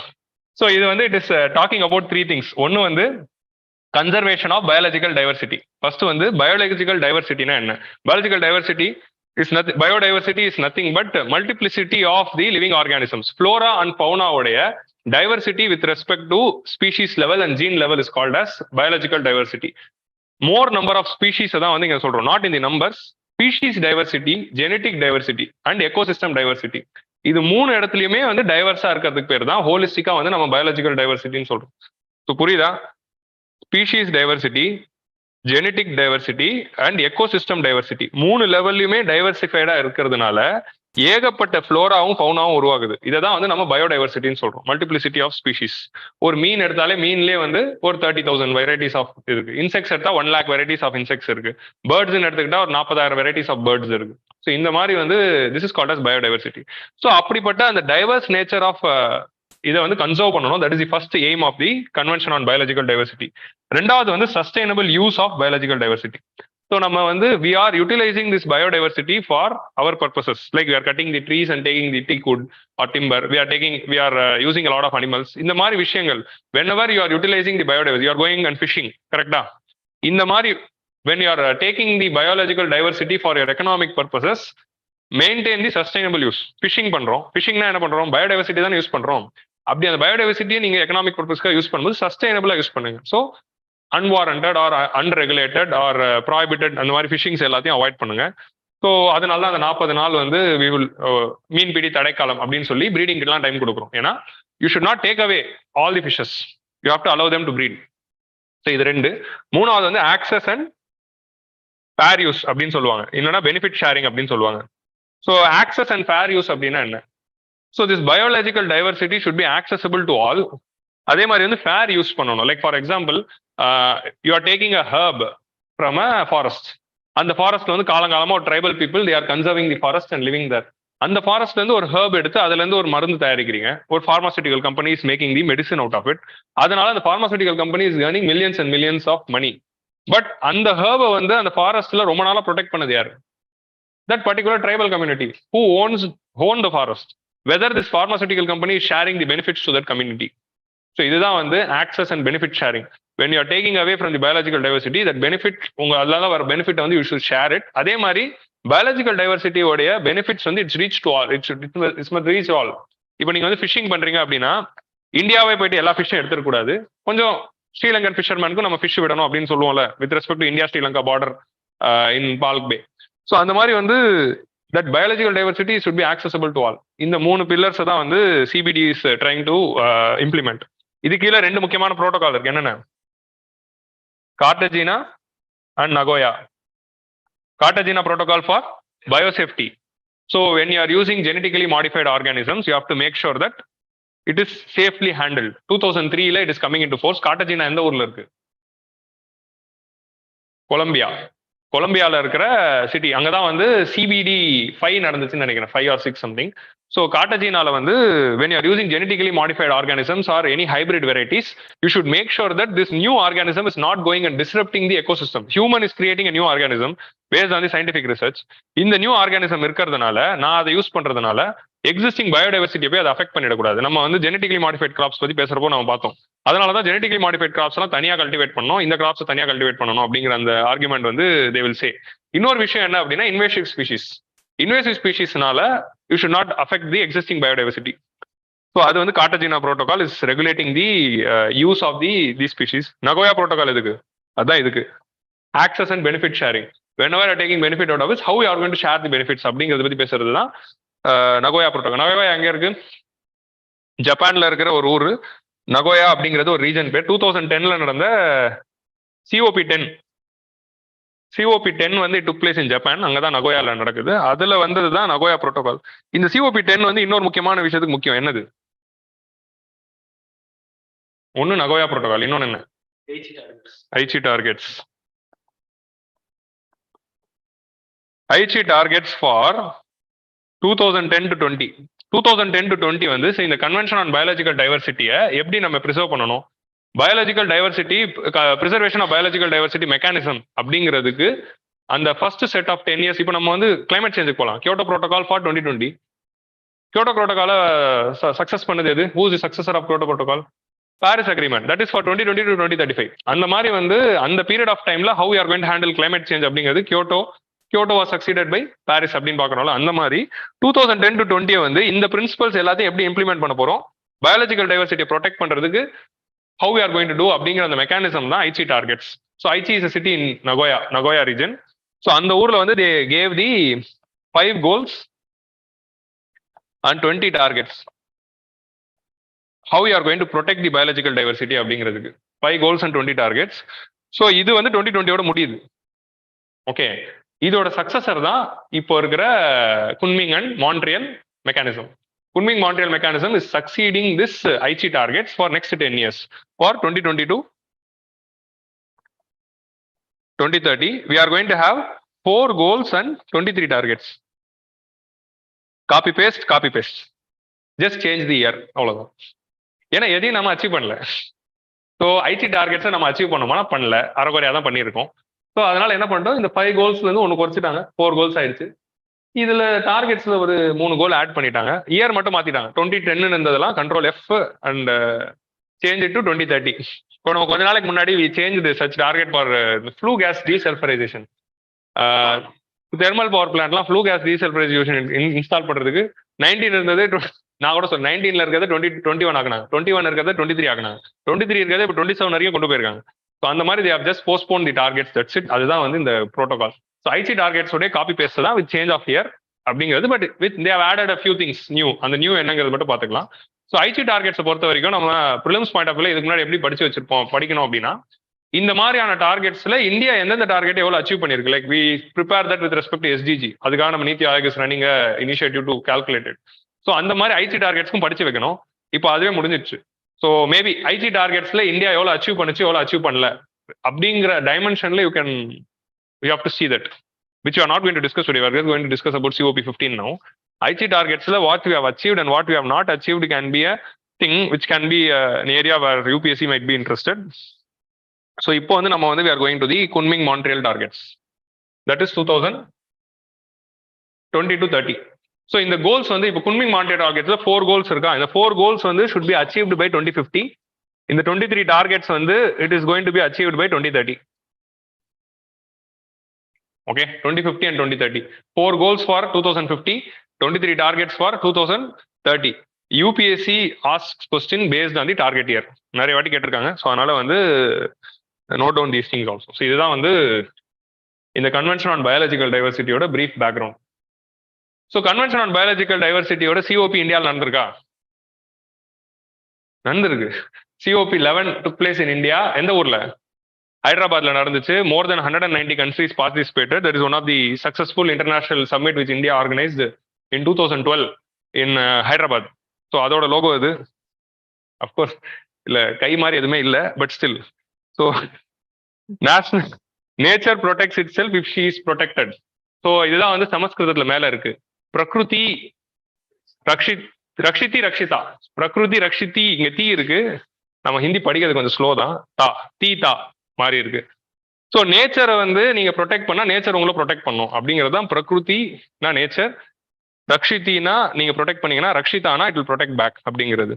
இப்போ நம்ம வாசுதேவ குடும்பகம் பார்த்தோம்ல, இது வந்து G20க்கு அப்படிங்கிற மாதிரி that is thing. Here he had a tiger, Bengal tiger, a woman who is doing the winnowing with respect to agriculture, and we are having the dolphin, national animal and national aquatic animal. So அது ரெண்டுத்தோட தீமா வச்சுக்கிட்டு you have to protect the biological diversity அப்படின்னு we had this logo. இந்த logo was designed by hmm? National institute of design. So this was the COP 11 உடைய team which took place in India, Hyderabad. First டெல்லியில் நடக்க வேண்டியது, அப்புறம் ஹைதராபாத்துக்கு postpone பண்ணி the conducted this in Hyderabad. So no will go to the இது நம்ம brief background. Biodiversity is a web of life. So diversity signifies the variety of species on earth which all are connected, sustain the balance of ecosystem, enabling humans to coexist. 1.75 million. So actually வந்து இது வந்து ஒரு நல்ல data. இந்த data ரொம்ப முக்கியம். There are 13 million species which is yet to be which is possible. நம்ம எத்தனை ஸ்பீசிஸ் வந்து எர்த்ல இருக்குன்னா 13 மில்லியன் ஸ்பீசிஸ் இருக்கலாம். பட் நம்ம இது வரைக்கும் கண்டுபிடிச்சது 1.75 மில்லியன் தான். ஸோ நம்ம கண்டுபிடிக்காம there are still வந்து 11 மில்லியன் ஸ்பீசிஸ் நம்ம இன்னும் கண்டே பிடிக்கலையா. இது வந்து ஒரு just speculation based on whatever research with they are. நம்ம கண்டுபிடிக்காமலே அத்தனை ஸ்பீசிஸ் ஒளிஞ்சிக்கிட்டு இருக்கு. That is the beauty of nature. So that is one data which you can write wherever imaginatively possible. All these species they interact with each other. அதான் ecological balance அப்படின்னு சொல்லுவோம். The interaction between each species, and they perform a lot of functions that is called as biodiversity services or ecosystem services. ஒரு ecosystem they are having a function, அதுக்கு பேர் ecosystem service சொல்லுவோம்.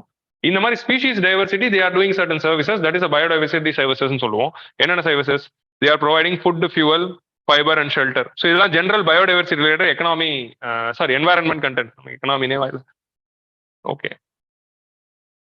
So food, fuel, fibre, shelter, building materials இதெல்லாம் வந்து ஹியூமன்ஸ்க்கு தராங்க. Air, we are getting air, pure air and pure water, water purification, mangroves, they are the kidneys அப்படிங்கெல்லாம் பார்த்துருக்கோம். Mangroves and wetlands. Stabilization of climate, they are playing a very important role. Trees, they are playing a major role with respect to transpiration to stabilize the climate. So adanala da we have to have the forest. Pollination of plants, which is done by pollinators. And the pollinators oda service, imagine the service done by the pollinators, without which most of the agricultural crops cannot be done and most of the forests cannot be done. Imagine the role of a bird which is dispersing the seeds. ரேண்டமா வந்து ஒரு seeds எடுத்துக்கிட்டு பறக்கிறப்போ it is just putting, it is creating the forest. Birds create the forest அப்படின்னு சொல்லுவாங்கல்ல. So அந்த மாதிரி விஷயங்கள் எல்லாமே வந்து they are doing. They are also moderating the effects of floods and droughts and extreme temperatures and wind. இது எல்லாத்தையும் regulate பண்றதுக்கு they are playing a major role.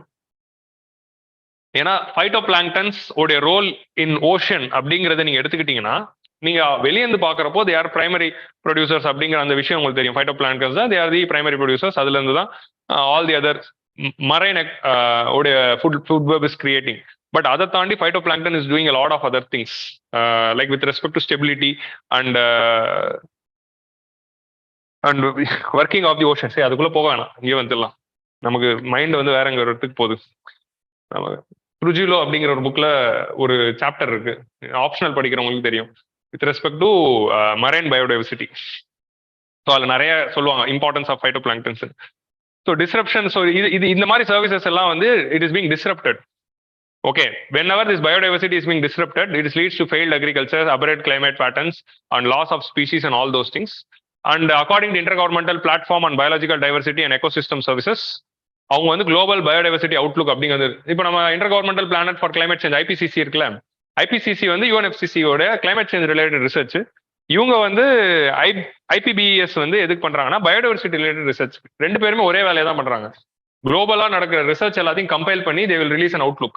That is the role of them, and they have released a report. 25% of the species are threatened and 1 million species face extinction. இது வந்து mains answer ரைட்டிங்க்கு ரொம்ப முக்கியம், எஸ்ஏக்கு ரொம்ப முக்கியம். 25% of the species வந்து threatenedல இருக்காங்க, 1 million species வந்து they face extinction. So that is one important data according to them. Study about this organization and study இது வந்து global biodiversity outlook வந்து ரொம்ப முக்கியம். 2019 ஓட தான் latest review on economics and biodiversity by a Cambridge professor. அவர் என்ன சொல்றாரு, current model of economic growth would require at least 1.6 earth to maintain current lifestyle. இப்போ நம்ம வந்து environment அப்படின்னா எல்லாருக்கும் என்ன இருக்கும், earth is having everything for one man's need and nothing for one man's greed அப்படின்னு சொல்லி காந்தின்னு எழுதிடுவோம். கரெக்டா? இது UPSC ஆஸ்பிரண்ட் 15,000 பேரும் மெயின்ஸ் எழுதும் போது எழுதுவாங்க, one man's need one man's greed. நீங்க ஆன்சர் எழுதும்போது 15,000 பேரோட மெயின்ஸ் ஆன்சர்லயும் one man's need one man's கிரீட்னு இருக்கும். ஸோ அப்படி இருக்கும்போது ரெண்டாவது லைன்ல இது ஒன்று இருந்துச்சுன்னா you will be unique person. It's not that you are not going to write about one man's need one man's greed in your essay or answers. அது கூட ரெண்டாவது லைன்ல அந்த ஒன் மேன்ஸ் கிரீட் அப்படிங்கறத காட்டுறதுக்கு தானே இது இருக்கு. Because of the anthropological impact, இப்போ இருக்கிற current life style of human பீங்ஸை சஸ்டெயின் பண்றதுக்கு ஒரு எர்த்து பத்த மாட்டேங்குது, 1.6 எர்த்து தேவை. ஸோ அதோட மீனிங் என்ன?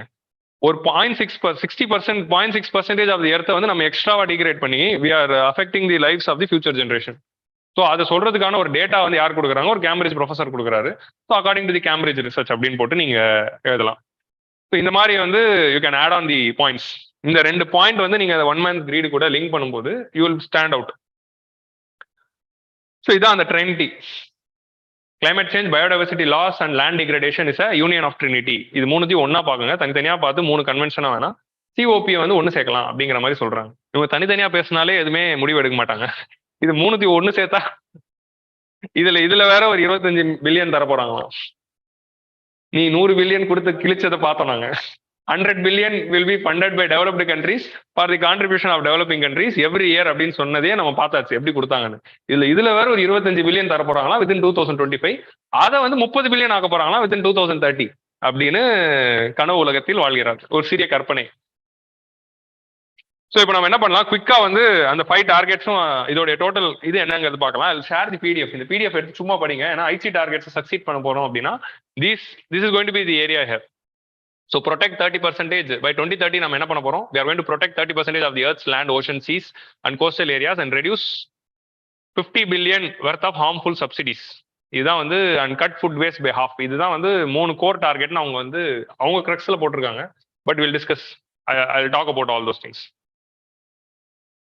இதுக்கு பேர் வந்து Kunming Montreal global biodiversity framework. அது ஏன் குன்மிங் மான்ட்ரியல் இருக்கு அப்படின்னா 2021 தான் இது நடக்க வேண்டியது. 2021 அவங்க ஊர்ல வந்து கோவிட் லாக்டவுன்ஸ் இன்னும் ஸ்ட்ரிக்டா இருந்ததுனால வர்ச்சுவலா நடத்தினாங்க. வர்ச்சுவல் வாஸ் நாட் எஃபெக்டிவ் அப்படின்னு சொன்னதுனால மீட்டிங்கை பாதி நிறுத்திக்கிட்டு நம்ம 2022 ஏப்ரல்ல கண்டினியூ பண்ணலாம் அப்படின்னு போஸ்ட்போன் பண்ணாங்க.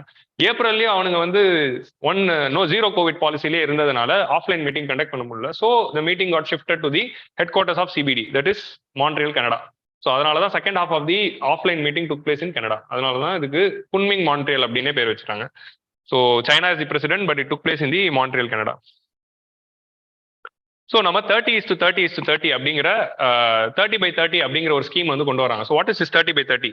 30/30ல 3 டைமென்ஷன் இருக்கு. ஒன்னு, we have to bring into the protection 30% of new degraded land.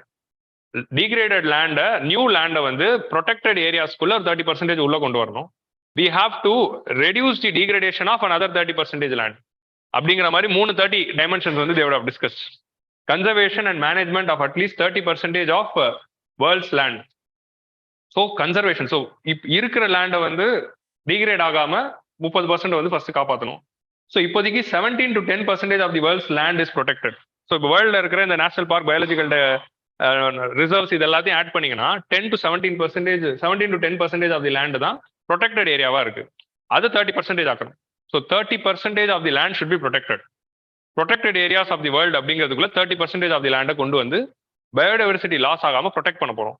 So அப்போ land available for economy is going to come down. ஆனால் கம் டவுன் தான். ஆமா, we have to sacrifice something for protection of biological diversity அப்படிங்கிற அந்த language, அந்த logic தான். Restoration of a degraded 30% of land. So இருக்கிற degrade ஆகாத லேண்டை 30% ப்ரொடெக்ட் பண்ணணும். டிகிரேட் ஆன ஒரு 30% லேண்டை வந்து we have to reclaim back அப்படிங்கிறது 2வது 30. Reduce near zero the loss of areas in higher biological importance. Biological diversity ஹையா இருக்கிற ஏரியாஸை கண்டுபிடிச்சு அங்க பயாலஜிக்கல் லாஸ் 0 ஆக்கணும். இதான் வந்து 3 டார்கெட்ஸ். ஸோ புரியுதா லாஜிக்? ஃப்ரெஷ் லேண்டை 30% வந்து ப்ரொடெக்டட் ஏரியாஸை 30% இன்க்ரீஸ் பண்ணணும். அண்ட் டிகிரேட் ஆன 30% லேண்டை ரெக்ளைம் பண்ணணும். ஹை பயோடைவர்சிட்டி இருக்கிற ஏரியால பயோடைவர்சிட்டி லாஸை 0 ஆக்கணும் பை 2030. இதுதான் 30/30. 30/30 அப்படின்ட்டு ஹிந்துல வந்து ஜஸ்ட் இந்த ஃபர்ஸ்ட் லைன்ல தான் கொடுத்துருந்தாங்க. அதுக்கு தான் டீடைல்டா எடுத்து பார்க்கணும். இதுக்குள்ளதான் 330 இருக்குங்கிறதே புரியுது. 30க்குள்ளேயே 3 டைமென்ஷன் இருக்கு. So restoration at least 30 and reduce to near zero the loss of areas of high biological importance அப்படிங்கிறத குறைக்கணும். இது 3வது. இது 30/30. Cut global food waste by half. by reducing over consumption and waste generation. So food waste half குறைக்கணும் and over consumption இருக்கிறதுனால தான் obesity related issues இருக்கு. அதே மாதிரி waste generation, over consumptionனா என்ன? ஸோ ஃபுட் வேஸ்டேஜஸ் அதிகமாக இருக்கிற அந்த டைமென்ஷனில் I'm just telling. Over consumption இந்த சென்ஸ் வந்து வெஸ்டர்ன் கண்ட்ரீஸில் இருக்கிற consumption pattern and life style அப்படிங்கிறது வந்து it is in the over consumption area with respect to wastage. இந்த வந்து இந்த ஃபாஸ்ட் ஃபுட் கல்ச்சர் அப்படிங்கிறது வந்ததுனால பாடிக்கு தேவைப்படுற ஃபுட்டை விட எக்ஸ்ட்ராவா சாப்பிட்றோம் because of the consumption attitude. ஏன்னா இர்ஃபான் போய் ஒரு ஹோட்டல்ல ரிவ்யூ போட்டாருங்கிற காரணத்துக்காக அந்த ஹோட்டல்ல நான் போய் சாப்பிட வேண்டியதா இருக்கு. உங்களுக்கு புரியுதா? அன்னைக்கு நான் சாப்பிடணுங்கிற மைண்ட் செட்லேயே இல்லை, ஐயோ இந்த ஹோட்டல் ரிவ்யூல பார்த்தாலும் இன்னைக்கு போய் சாப்பிடலாம், நாளைக்கு அந்த ஹோட்டல் பார்க்கலாம். ஏன்னா அவரு அந்த ரிவ்யூ வருது, மதன் கௌரி போய் சாப்பிட்டுட்டாரு, மதன் கௌரி அதை சாப்பிட மாட்டாரு. எனக்கு தெரியல, எனக்கு இர்ஃபான்ஸ் வியூ மட்டும் தான் ஞாபகம் வருது, வேற யாரெல்லாம் சாப்பாடு பிளாகர் போடுறாங்கன்னு தெரியல. ஸோ அந்த மாதிரி யாராவது ஒருத்தர் ஒரு பிளாகை பார்த்துட்டு அந்த ஹோட்டலில் போய் சாப்பிடணும் அப்படிங்கிற அந்த நீடு வந்து it is bringing in, even though there is no necessity to heat no. So அதான் ஓவருக்கு தேவையில்லாத கன்சம்ஷன். ஸோ அந்த மாதிரி food consumption has to be brought now. Reduce the both excess nutrition. So இதுதான் வந்து இந்தியா வந்து object பண்ண point. So India எதை அப்ஜெக்ட் பண்ணாங்க அப்படின்னு பார்க்கணும். Reduce by half both excess nutrients and overall risk posed by the pesticides and high hazardous chemicals. So pesticide கன்சம்ஷனை total elimination அப்படின்னு பேசினாங்க. இப்போ பெஸ்டிசைட் எலிமினேஷன் டோட்டல் எலிமினேஷன் சொன்னீங்கன்னா எங்களால் ஃபுட் ப்ரொடக்ஷன் பண்ண முடியாது. So take steps to reduce the pesticide use and harmful substance யூஸுங்கிறது மாத்துங்க அப்படின்னு தான் நம்ம பூபேந்திர சிங் சொல்லி அது மாத்திருப்பாங்க. ஸோ அது இந்தியாவோட இன்டர்வென்ஷன்ல தான் பெஸ்டிசைட் ரிலேட்டட் வேர்ட்ஸ் வந்து தே சேஞ்ச் இட். ஸோ இது வந்து நம்ம எப்படி இருக்கும், ஃபேஸ் அவுட்டை வந்து ஃபேஸ் அவுட் ஆஃப் கோல் அப்படிங்கிற அந்த வார்த்தையை வந்து ஃபேஸ் டவுன் ஆஃப் கோல் அப்படின்னு நம்ம யூஎன்எஃப்சிசியில் மாற்றணும்ல, அந்த மாதிரி வேர்டு சேஞ்சில் நீங்கள் பெஸ்டிசைடுக்கு நம்ம வேர்ட் சேஞ்ச் பண்ணியிருக்கோம். So that is one thing. Next வந்து ஸோ இது ஏன் பண்ணுறாங்க, ஏன்னா லேண்ட் டிகிரேடேஷனை குறைக்கிறதுக்காக. ஏன்னா because of this thing land degradation is happening. Usage of பெஸ்டிசைட்னால லேண்ட் டிகிரேடேஷன் ஆகிறதுனால agriculture is getting affected. So இது அனதர் இம்பார்ட்டன்ட் திங். இது வந்து இந்தியா வந்து we have raised the concern. என்ன கன்சர்ன்னா to reduce the subsidy given which is harming the biodiversity harm பண்ற மாதிரி ஏகப்பட்ட subsidies government is giving throughout the world. அந்த மாதிரி சப்சிடிஸ் அமௌண்ட் 500 பில்லியன் குறைக்கணும். ஸோ இதோட இமேஜின் இது எப்படின்னா like subsidies given by all the governments put together for those things which is damaging biodiversity damage பண்றது நம்ம என்ன சப்சிடி தரோம். இப்போ வந்து நீங்க ஃபிஷிங் ஸ்ட்ராலர்ஸ்க்கு லார்ஜ் ஃபிஷிங் போட்ஸ் வாங்குறதுக்கு ஃபிஷர்மேனுக்கு கொடுக்கறது ஒரு சப்சிடி, ஃபெர்டிலைசர் அதிகமாக வாங்குறதுக்கு ஃபார்மர் கொடுக்கறது ஒரு subsidy, power electricity for agriculture ஃப்ரீயா கொடுக்கறது ஒரு சப்சிடி. பட் இதெல்லாம் நல்ல என்வாரன்மெண்ட் டிகிரேட் ஆகுதுல. நீங்க ஃப்ரீ பவர் கொடுக்கறதுனால over usage of power, over usage of water, அதனால லேண்ட் சாலினைசேஷன் ஆகி லேண்ட் டிகிரேடேஷன் ஆகுது. So this is the dimension here. இந்த மாதிரி கவர்மெண்டோடைய ஒரு சில சப்சிடிஸ்னாலேயே பயோடைவர்சிட்டி லாஸ் வருது. அந்த பயோடைவர்சிட்டி லாஸ் வந்து டோட்டல் ஆஃப் தி வேர்ல்டு வந்து 500 பில்லியன் குறைக்கணும் அப்படிங்கிறது பை 2030. ஸோ எல்லாமே 2030 தான். Mobilise the by 2030. இதான் வந்து சிறிய கற்பனை, எல்லாமே கற்பனை தான், பட் இது ரொம்ப பெரிய கற்பனை. Mobilise by 2030 at least 200 billion per year. 200 billion வந்து per year in order to protect the biological diversity. But 200 billion inclusive of public private NGOs and all, எல்லா சைடும் government side, private side, NGOs side, people side, எல்லாத்தோட கான்ட்ரிபியூஷனும் 200 billion. அதுல 25 billion வந்து developed countries will give. Developed கண்ட்ரீஸோட government உடைய contribution வந்து இந்த 200ல 25 அப்படின்னு இருக்க போது. ஸோ 200 பில்லியன் பெர் இயர் வந்து நம்ம 2030 ரெடி பண்ண போறோம். நம்ம இந்த 100 வந்து பார்த்தோம்ல 2019 இருந்த டார்கெட் வந்து இனி வரைக்கும் ரீச் பண்ணல.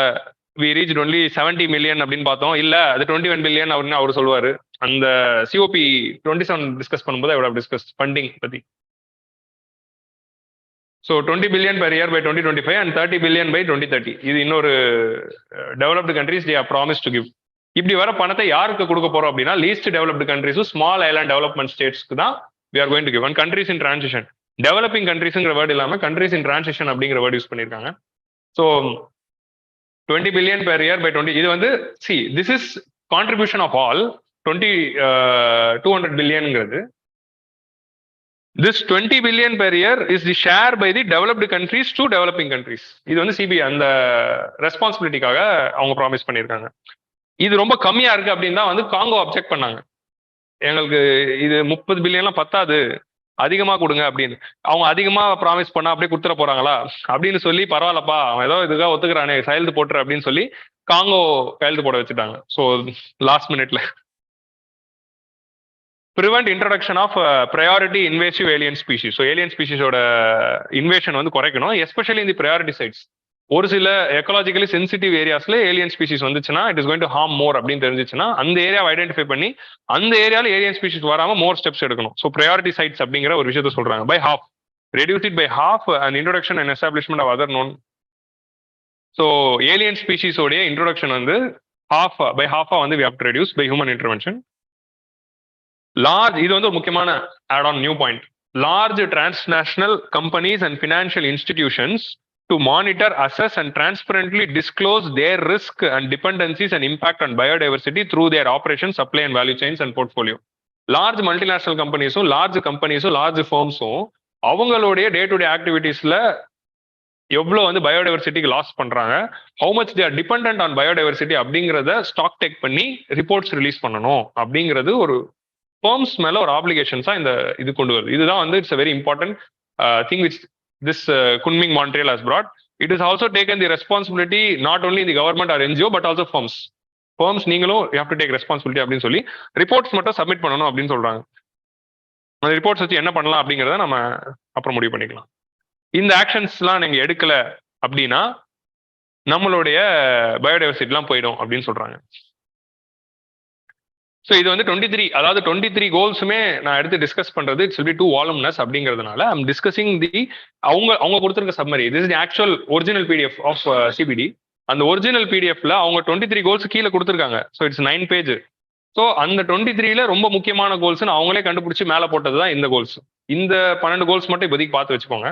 உங்களுக்கு நான் அந்த பிடிஎஃப் போடுறேன், வேணும்னா அந்த 23 அப்புறம் போய் படிங்க.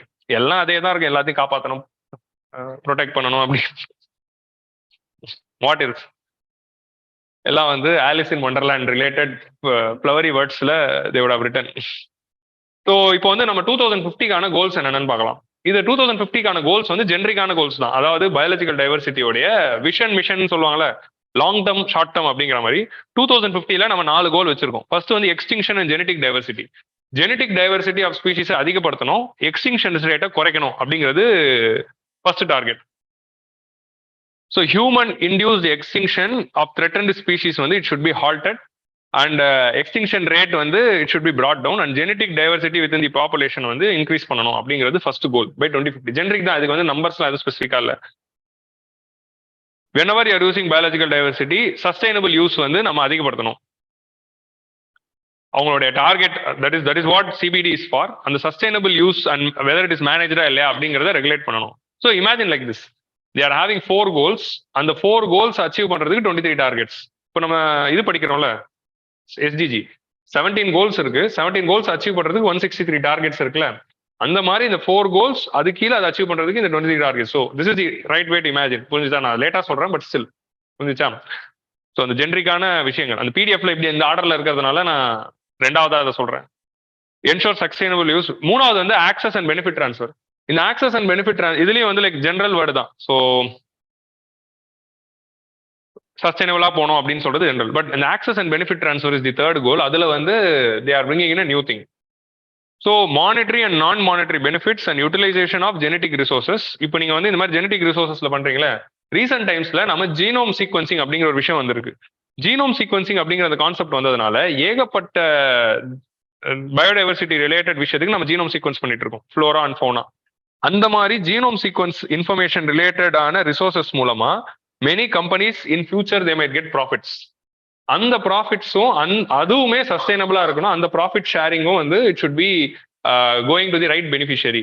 இப்போ that is what they are telling. இது வந்து ஃபியூச்சரிஸ்டிக்கா தே ஆர் பிரிங்கிங் இன். ஃபியூச்சர்ல genome sequencing is going to already it is starting to play major role. Like for example COVID-19க்கு ஒரு மிகப்பெரிய முக்கியமான சப்போர்ட் டூலா இருக்கிறது ஜீனோம் சீக்வன்சிங் தான்.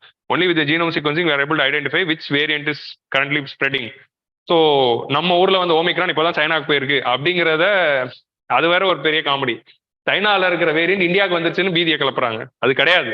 நம்ம ஊர்ல ஜூலைல வந்த வேரியன்ட் இப்போ சைனாக்கு போயிருக்கு. Because of the zero COVID policy அவங்களுக்கு லேட்டா போயிருக்கு. ஸோ அதனாலதான் சைனால ரைஸ் ஆஃப் கேசஸ் இருக்கு. இதனால இந்தியாவில பேனிக் ஆக வேண்டியதுக்கு ஒண்ணுமே இல்லை அப்படிங்கிறது தான் வந்து தி திங். ஓகே, ஸோ அதுக்குள்ள வந்து வாட்ஸ்அப்ல ஆரம்பிச்சிட்டாங்க திரும்ப கோவிட் வருகிறது. இது இது வரலாம், வர வாய்ப்பு இல்லை, வரலாம் தெரியல, நான் எதுவும் சொல்லலை.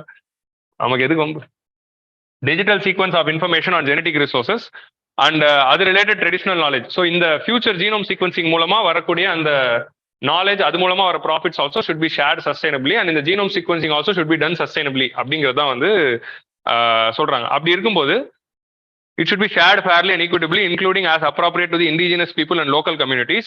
And the traditional knowledge of the local communities should be preserved. அதோட preservationக்கு we have to take steps. Already we are taking traditional knowledge, digital library எல்லாம் கொண்டு வந்திருக்கோம்.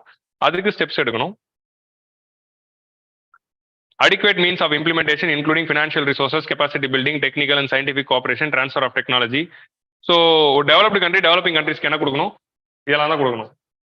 Financial resources, capacity building, technical and scientific cooperation and technology transfer இதெல்லாம் developed countries developing கண்ட்ரீஸ்க்கும் small island ஸ்டேட்ஸ்க்கு பண்ணாதான் Kunming Montreal protocol will be successful. Okay, so what is a finance gap? நீங்க biological டைவர்சிட்டியை protect பண்ணணும்னா there is a huge finance gap. அந்த finance gap எவ்வளோனா 700 billion பணம் இருந்தாதான் பயாலஜிக்கல் டைவர்சிட்டியை நம்ம 2050 ப்ரொடெக்ட் பண்ண முடியும். அந்த 700 பில்லியன் பணத்தை வந்து தான் வந்து we have to mobilise no. Future projection சொல்றாங்க டோட்டலா எவ்வளவு பணம் தேவை டு ப்ரொடெக்ட் பயோடைவர்சிட்டி அப்படிங்கிறதா 700 billion. So there is this finance gap which should be gapped by the developed countries. So developed countries they have to owe the 700 billion in order to achieve the vision of 2050 அப்படின்னு they are telling. Okay. So அடுத்து India கொண்டு வந்த ஒரு முக்கியமான demand என்ன அப்படின்னு பாத்தீங்கன்னா special trust fund. In the Global Environment Facility is an initiative about which we also discussed a few editions back, financing mechanism for climate change. In the Global Environment Facility, என்ன பண்ணுது? They are the ones who are funding the implementation of many conventions. So அந்த கன்வென்ஷனுக்குள்ள சிபிடிக்குன்னு already ஒரு fund இருக்கு. ஆனா Kunming Montreal புரோட்டோகாலுக்குன்னு நம்ம தனியா இன்னொரு ஃபண்டை உருவாக்கலாம் அப்படின்னு சொல்லி Kunming Montreal special fund, special trust fund அப்படின்னு ஒன்று உருவாக்கி அதுல நம்ம new mechanism we have to bring in அப்படிங்கிற அந்த நீடு சொல்லியிருக்கோம். ஆல்ரெடி இருக்கிற ஃபண்டெல்லாம் வேணாம், இந்த குன்மிங் மான்ட்ரியலுக்கு தனியா ஒரு ஃபண்ட் வேணும் அப்படின்னு நம்ம டிமாண்ட் ரைஸ் பண்ணியிருக்கோம். அந்த டிமாண்ட் தான் இது, special trust fund should be brought அப்படின்னு. ஸோ அப்போ இந்தியாவோட இன்டர்வென்ஷன்ஸ் எதுல இருக்கு? அந்த சப்சிடிஸ் டார்கெட் பண்றதுலயும் பெஸ்டிசைட்லயும் ஸ்பெஷல் ட்ரஸ்ட் ஃபண்ட் வந்து நம்மளோட சைட்ல வி ஆர் டிஸ்கசிங். ஸோ இந்த digital sequencing of this genomic applications பத்தி, இம்ப்ரூவ்டு கிராப் ப்ரீடிங். இப்போ எதுக்கெல்லாம் ஜீனோம் சீக்வன்சிங் பண்றாங்க? ஜீனோம் சீக்வன்சிங் பண்றதுனால தான் ஜெனடிகலி மாடிஃபைட் ஆர்கானிசம்ஸ்லாம் கொண்டு வர முடியுது. இப்போ இந்த கிறிஸ்பார் டெக்னாலஜி மூலமா we are able to do. அது மூலமா ஏகப்பட்ட agricultural companies and pharma companies are going to earn money. So அந்த மணில வந்து it should be sharing the benefits to all. 2024 வந்து துர்க்கியில நடக்க போகுது. துர்க்கியில, அதாவது டர்க்கி தான் பேர் மாத்திட்டாங்க. Now Turkey will be called as Turkiye அப்படின்னு they have changed the name. So COP 16 வந்து துர்க்கியில நடக்க போகுது அப்படிங்கிற அடுத்த COP பத்தி சொல்லிட்டாங்க. Okay, inclusivity. Women, persons of diverse gender identities, youth, indigenous people and communities, civil society organization எல்லாரோட பார்ட்டிசிபேஷனும் இருக்கணும். அதே மாதிரி whole of the government and whole of the society approach. So governmentனா government at all the levels should be part of it. Societyனா society at all the levels. Everyone should be part of the biological diversity preservation, not only government or not only NGOs.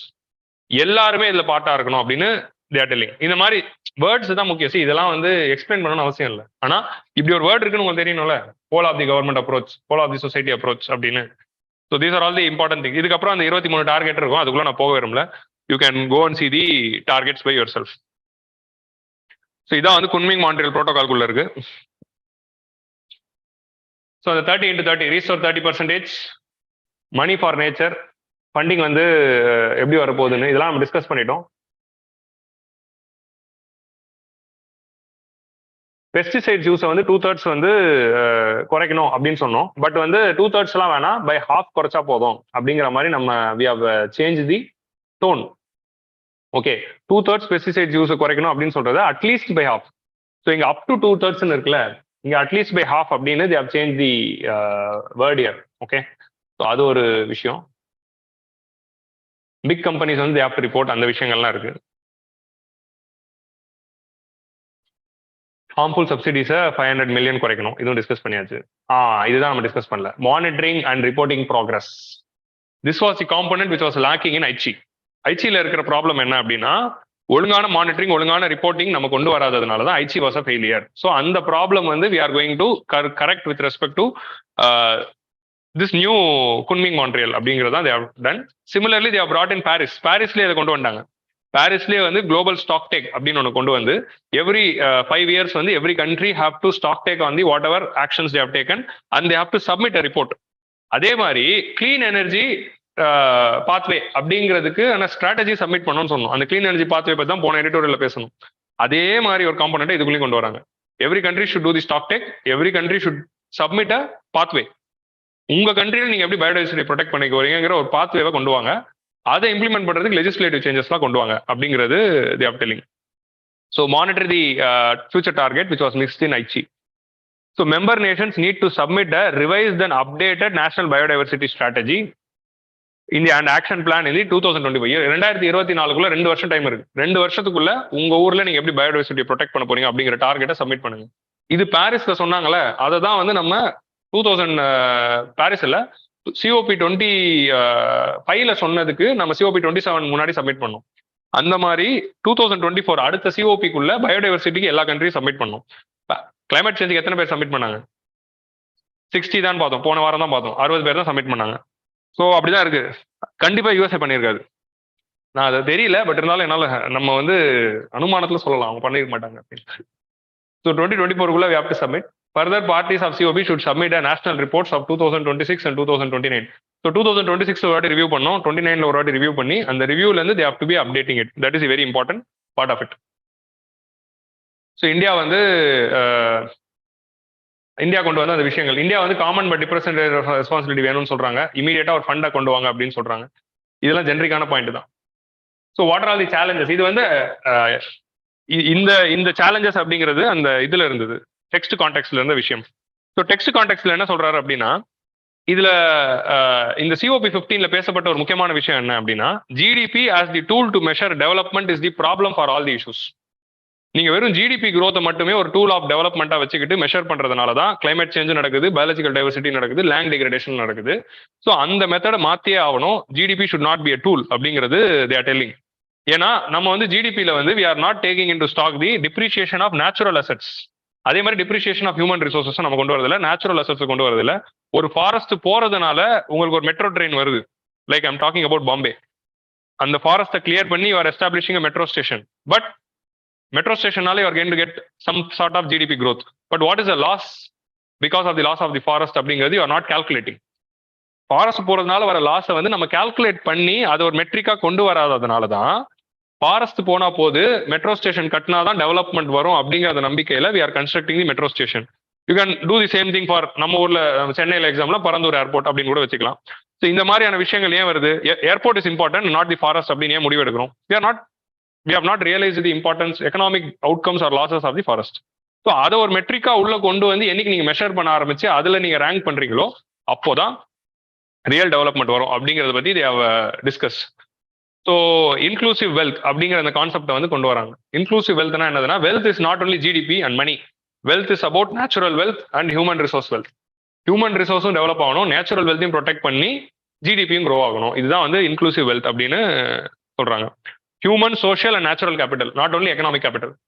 So இது நாலுத்தையும் சேர்ந்தது. So inclusive வெல்த்னா என்ன? அப்படி ஒரு box போட்டுடணும். இங்க எக்கனாமிக்னு போட்டுடணும், இங்க சோஷியல்னு போட்டுடணும், இங்க வந்து நேச்சுரல், இங்கே ஹியூமன் இப்படின்னு போட்டு நாலுமே சேர்ந்தாதான் இன்க்ளூசிவ் ஹெல்த் அப்படின்னு வரையணும். புரியுதா? ஜிமிக்ஸ் இப்பெல்லாம் வரைஞ்சாதான் 5 மார்க் பதிலா 6 மார்க் போடுவாங்க. So UN effort. So UN வந்து இதுக்காக என்ன பண்றாங்க, இன்க்ளூசிவ் வெல்த் ரிப்போர்ட் அப்படின்னு ஒரு ரிப்போர்ட் வந்து ரிலீஸ் பண்ணி ஒரு மெட்ரிக் கொடுத்துருக்காங்க. யாரு அந்த ரிப்போர்ட்டை ஃபாலோ பண்ணிட்டு நீங்க வந்து already UN is giving this thing, inclusive wealth report அப்படின்னு. இந்த ரிப்போர்ட்டை வச்சுக்கிட்டு உங்க நாட்டோட GDP கால்குலேஷன் மாத்துங்க அப்படின்னு சொல்றாங்க. ஸோ இந்த டேட்டா பாருங்க. So compared to 1990, the global GDP growth has considerably outpaced the inclusive wealth. On an average 1.8% per year of inclusive wealth in compared to 3.4. நம்ம GDP மட்டும் எடுத்து பார்த்தா 3.4% growth rate வருது. ஆனா இன்க்ளூசிவ் வெல்த்ல பார்த்தா 1.8% தான் இருக்கு. So GDP growth rate is outpacing the inclusive wealth. We are leaving all the other factors and focusing only here. So இந்த disparity வந்து பார்க்கணும். Okay. So this is one data. So finally இது வந்து இந்த image வந்து திருஷ்டியில இருக்கு. அந்த 23 ஒரே போட்டோல கொடுத்துருக்காங்க. திருஷ்டியில போய் பாருங்க.